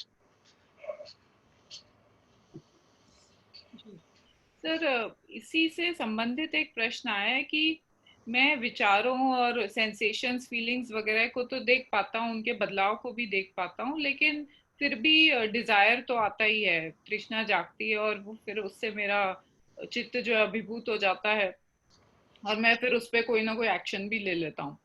फिर मैं बाद में जब रिफ्लेक्ट करता हूँ और अपने आप से कहता हूँ कि नहीं, अब मैं दोबारा ऐसा नहीं होने दूंगा, लेकिन फिर वही होता है कि तृष्णा सिर उठा ही लेती है और फिर वापस वो अभिभूत हो ही जाता है चित्त उससे। तो इसको कैसे ओवरकम करें? मैं भी जैसे पढ़ पा रहा हूँ चैट में, उन्होंने लिखा है, then I reflect and say I will not do this again, desire come and to over control of mind. तो कहीं ना कहीं उस डिजायर के प्रति अवर्शन है। तो अगर डिजायर जागती है, उसके प्रति अवर्शन है, तो वो भी एक तृष्णा ही है, उस डिजायर से मुक्त होने की तृष्णा। तो वो हमको बांध देती है। फिर पहले डिजायर बांध रही थी, अब डिजायर से मुक्त होने की तृष्णा हमको बांध रही है। तो ये सटल पॉइंट है। You just accept it without any strings attached, as they say. Yeah, this is a part of human psyche. This is a part of the way mind works, human mind works, and this has arisen at the moment, and I aware of it. So जब बार बार ऐसा करते हैं तो मन में अगर द्वेष ज्यादा जाग रहा है और अब फिर लगता है कि वो मेरे बस का ही नहीं है, मेरे से तो हो ही नहीं रहा, तो जैसे अजान में कहते हैं ना, have metta towards yourself, have metta towards the arising of desire. ठीक है, which essentially means acceptance. True acceptance of desire means you don't think it is bad.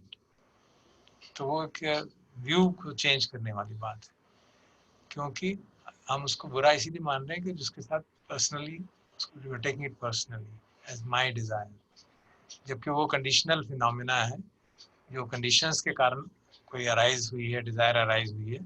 वो कंडीशंस में बाहर की कंडीशंस भी हो सकती हैं और भीतर की कंडीशंस भी हो रही है। मेरे जो माइंड स्ट्रीम है, स्ट्रीम ऑफ माइंड, उसमें अनुशय क्लेश है उस तरह का, उसके कारण भी हो रही है, उसमें no denial of it, but we don't take it personally. We don't take the stream of consciousness as personal.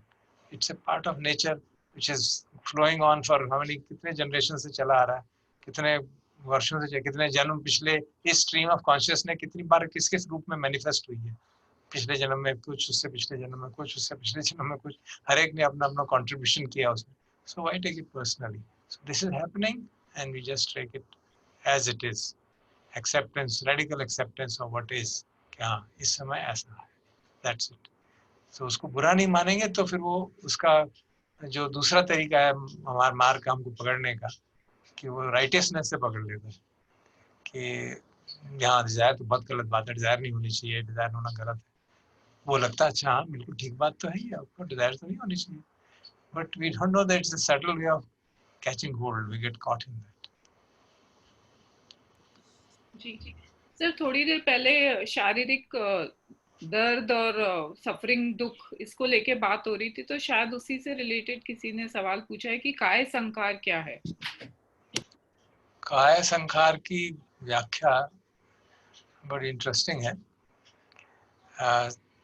कई बार जो मेडिटेशन मास्टर्स हैं उसको काय संखार को कहते हैं, जो काया में जो भी संस्कार उठा है, दर्द हो रहा है, वो सब काय संखार है.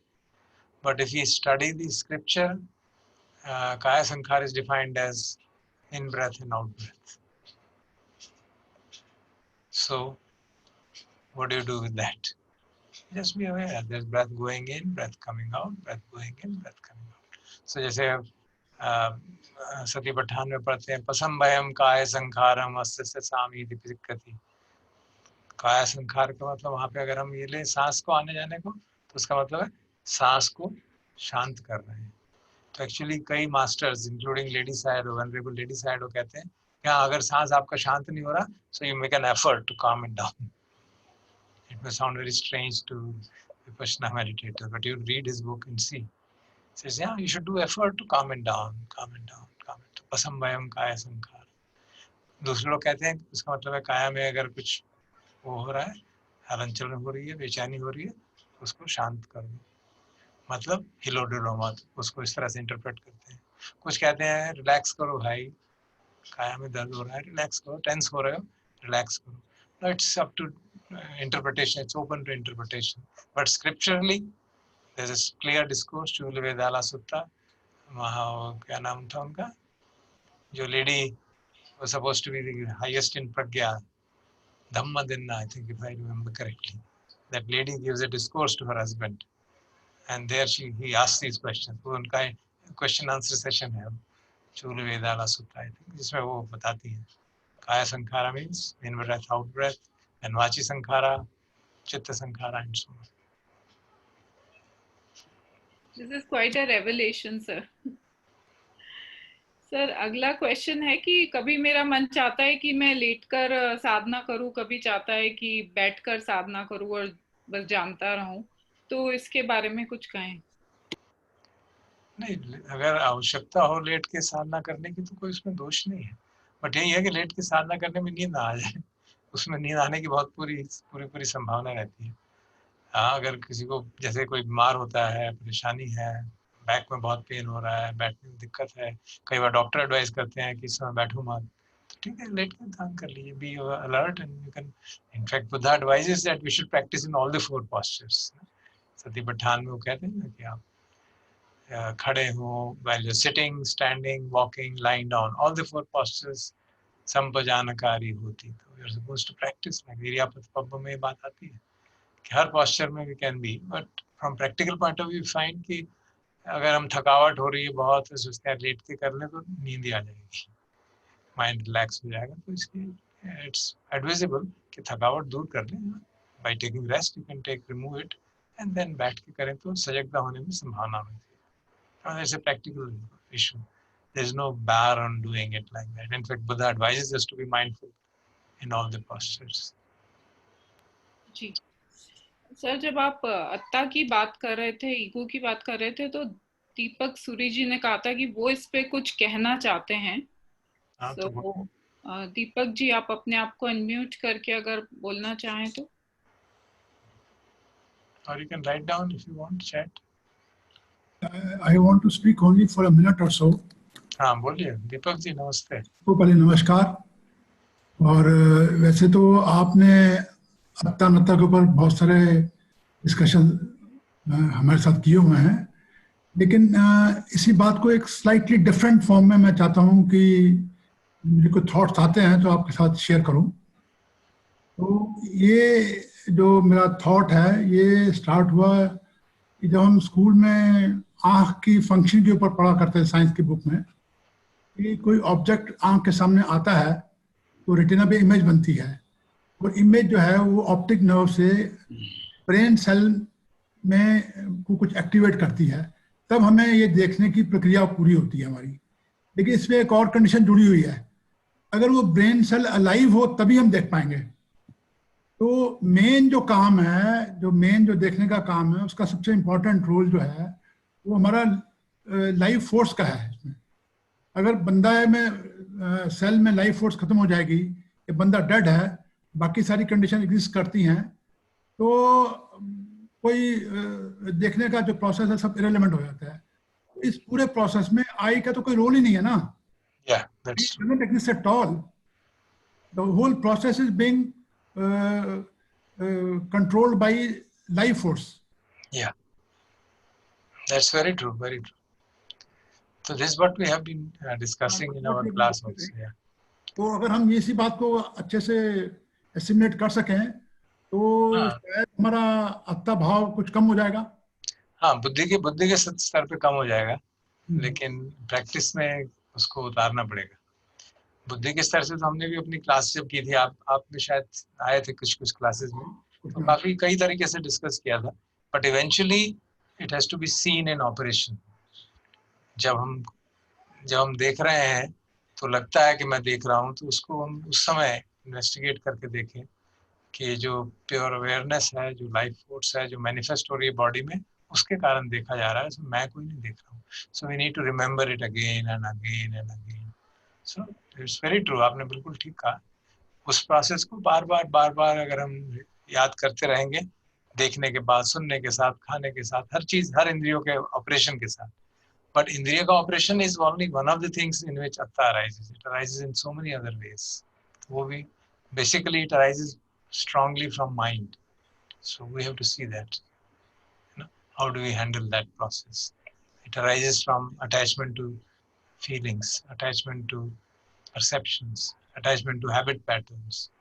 तो वो बातें भी बहुत महत्वपूर्ण है। Thank you. Sir, remembering Bhupinder here, sorry to interrupt here. Oh, Bhupinder. Hello, sir. नमस्ते।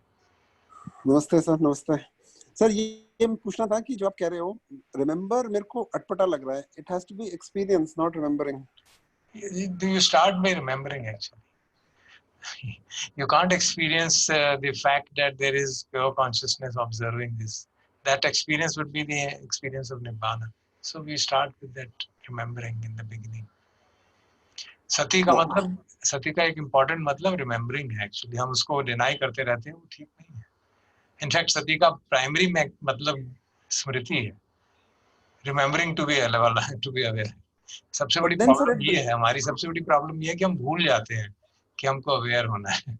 नहीं, that's true, that is true, but I mean that part 100% with you, but then after that remembering kind of sounds as if there's an assumption which you need to continuously bring to your awareness. Yeah. Whereas Right. the inviting part in Buddhism is about investigating and finding out yourself. Yeah. So I somewhere find that part kind of getting overlapped with. You're very right. You're very right. Very right. बिल्कुल ठीक बात है. But the ability to see pure consciousness operating is a very high level of ability. We cannot. It's not easy. I would say it's not easy. You can, of course, intellectually understand. That's as Deepak ji explained. You can understand intellectually, but that understanding becoming a part of my day-to-day living is a different ball game altogether. Because day-to-day में तो यही लगता है मैं देख रहा हूँ. Then you have to remind yourself it is actually the process. Life force is happening. Because the life force is the one which is awareness itself. And awareness को हम object की तरह देख नहीं पाते. So it has to be experienced in deep silence, and the experience of pure awareness is actually the experience of Nibbana. So we keep it balanced in that sense. Because if you say, मुझे experience नहीं हुआ, I don't accept it, then there will not be any way to really move in that direction. We start with that acceptance based on faith. We start with that. We are accepting that whatever Buddha's teachings are, हमने शुरू किया faith पे, कि लगता है this person seems to be enlightened and whatever he's saying makes sense. So let us practice. That's how we do. We start with tentative faith, practice, and that converts into confidence. So to aspire for experiencing, there's no harm, right? Like you want to find it out yourself, that's fine. And rest you've clarified, so thank you.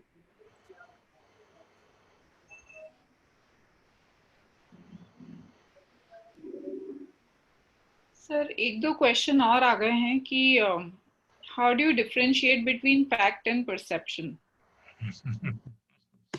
Difficult question, Hari.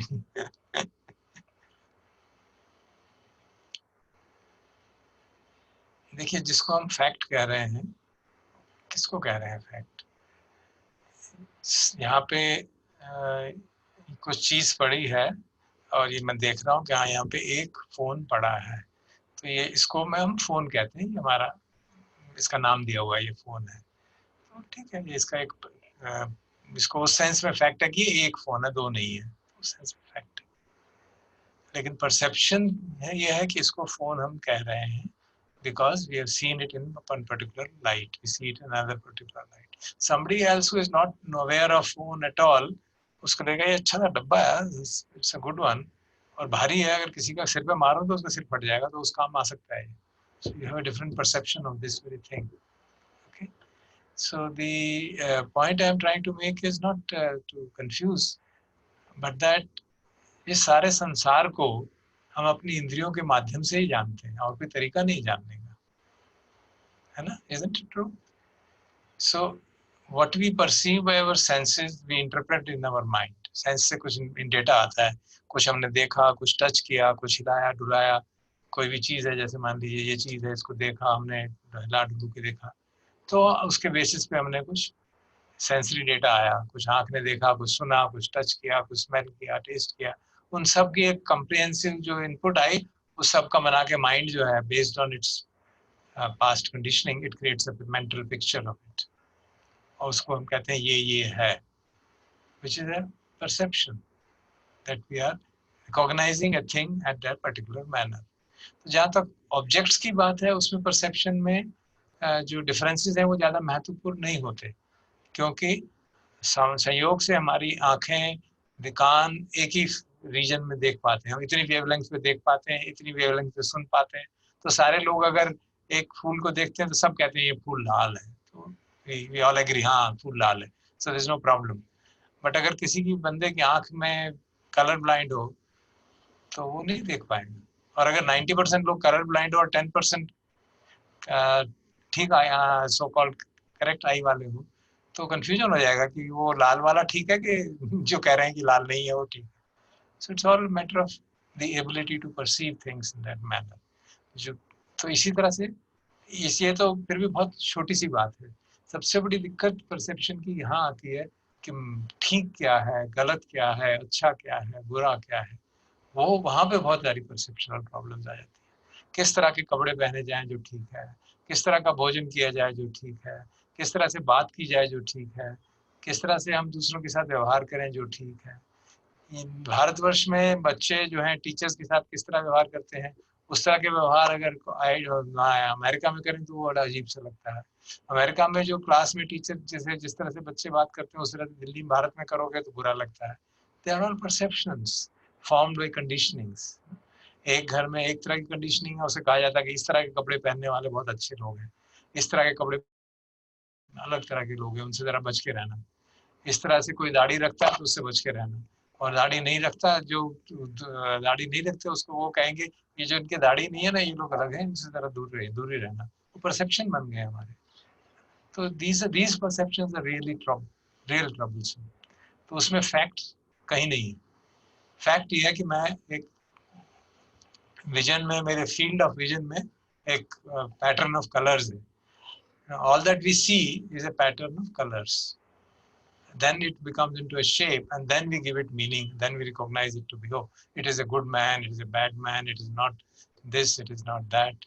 ये मेरा दोस्त है, ये मेरा दुश्मन है। All that is our perception which we superimpose on that, जो कि हमारी conditioning के कारण बना है। तो इसलिए वो fact और perception में difference करना बहुत महत्वपूर्ण है। सर एक लास्ट क्वेश्चन कि अभी थोड़ी देर बाद पहले बात हो रही थी कि किसी भी डिजायर के प्रति अवर्जन ना करें, तो उसके विपरीत हमें ये भी कहा जाता है कि हमें अपने डिजायर्स को कंट्रोल करना है, जैसे कि डिजायर फॉर फूड एक्सेट्रा। तो फिर अवर्जन क्या है और सेंस कंट्रोल या सेंस रिस्ट्रेंट क्या है? Very good.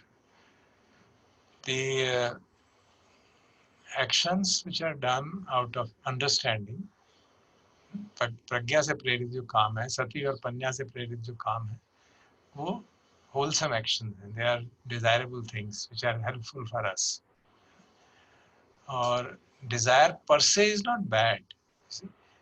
There desire का distinction किया जाता है छंद से और तृष्णा से। Desire अगर wholesome है तो उसको छंद है, धम्म छंद कहा जाए। अनहोलसम है तो काम छंद है, वो अनहोलसम है, वो तृष्णा बन गई। तो आफ्टर ऑल हम लोग साधना कर रहे हैं तो वो भी एक तरह से डिजायर से ही प्रेरित होके आए हैं। दुख से मुक्ति की डिजायर से इसलिए साधना में आए और साधना करी और अब इतने वर्षों से कर रहे हैं, तो उसमें कोई दोष नहीं है। Desire per se is not bad, but when it becomes a trishna, when we get attached to, that's why I said upadan is much more of a problem. When we become attached to that, if desire arises and we see it, it's okay, it doesn't have an impact on it. But if we grasp the desire, then that grasping becomes a problem. तो अगर हम भोजन के प्रति संयमित रहना, उसको भी एक तरह ग्रास्प करने लगे, नहीं मुझे कम खाना, मुझे कम खाना है, उसमें भी गड़बड़ हो जाएगी। तो भगवान ने ये नहीं कहा कम खाना है, भत्तमतन्यो, भोजन की मात्रा जाननी चाहिए। आज इतने की आवश्यकता है, कल हो सकता है ज्यादा की भी आवश्यकता हो, दोनों ही एक्सेप्टेबल है। आज साइलेंस की जरूरत है, कल हो सकता है बात करने की जरूरत है, दोनों ही एक्सेप्टेंस है। We have to be kind, we have to be should have a attitude of friendliness towards others. We should have जो कुशल विचार है, but friendliness does not necessarily mean कि मैं अच्छी उसके लिए चापलूसी करूंगा।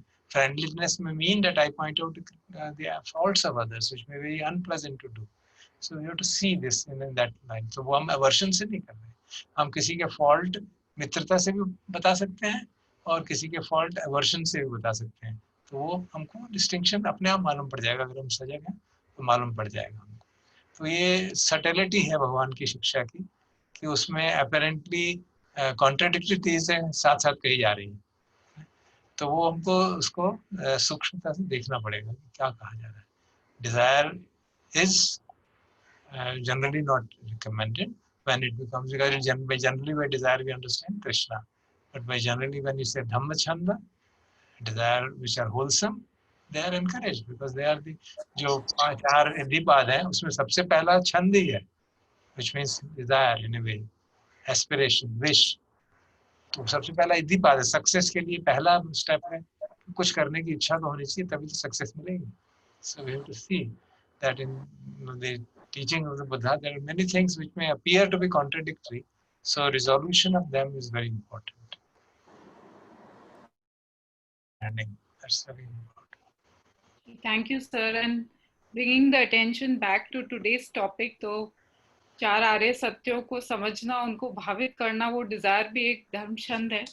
और मैं कंक्लूड करूंगी, क्लोजिंग होमेज हम करेंगे, पर भगवान की वाणी उन्होंने कहा धम्मचक्र प्रवर्तन सूत्र में कि भिक्षुओं, जब तक इन चार आर्य सत्यों का तीनों प्रकार से इन 12 आयामों में यथाभूत ज्ञान का सुविशुद्ध दर्शन नहीं हुआ, तब तक मैंने इस लोक में अनुत्तर सम्यक संबोधि की घोषणा नहीं की.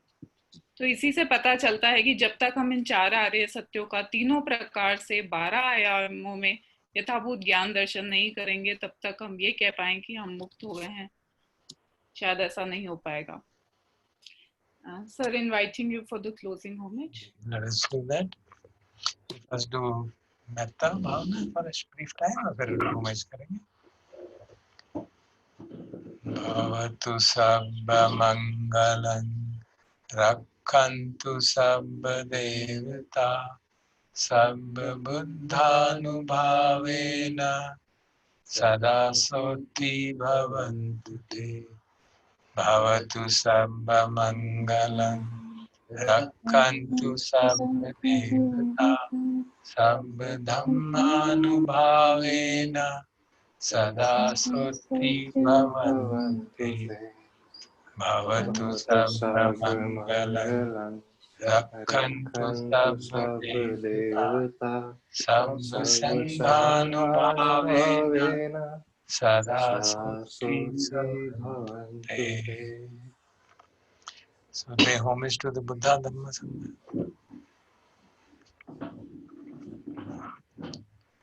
Arhan Samma Sambho Bhagava Buddhang Bhagavantang Abhivademi Svakato Bhagavata Dhammo Dhammang Namassami Supatipanno Bhagavato Sangho Sanghang Namami. Thank you very much. Thank you to the panelists. Yes. Lots of gratitude to the panelists who stepped out of their comfort zone, took a leap of faith and participated. हम सभी ने बहुत benefit किया आपने जो ये contribution दिया उससे. And sir, thank you as always for your guidance. Thank you very much, Sangeeta. Thank you, sir. Mahima. Thank you, sir. Thank you, sir. Thank you. We'll have such sessions every month. On fourth Sunday, we can keep a Dhamma study session like this. And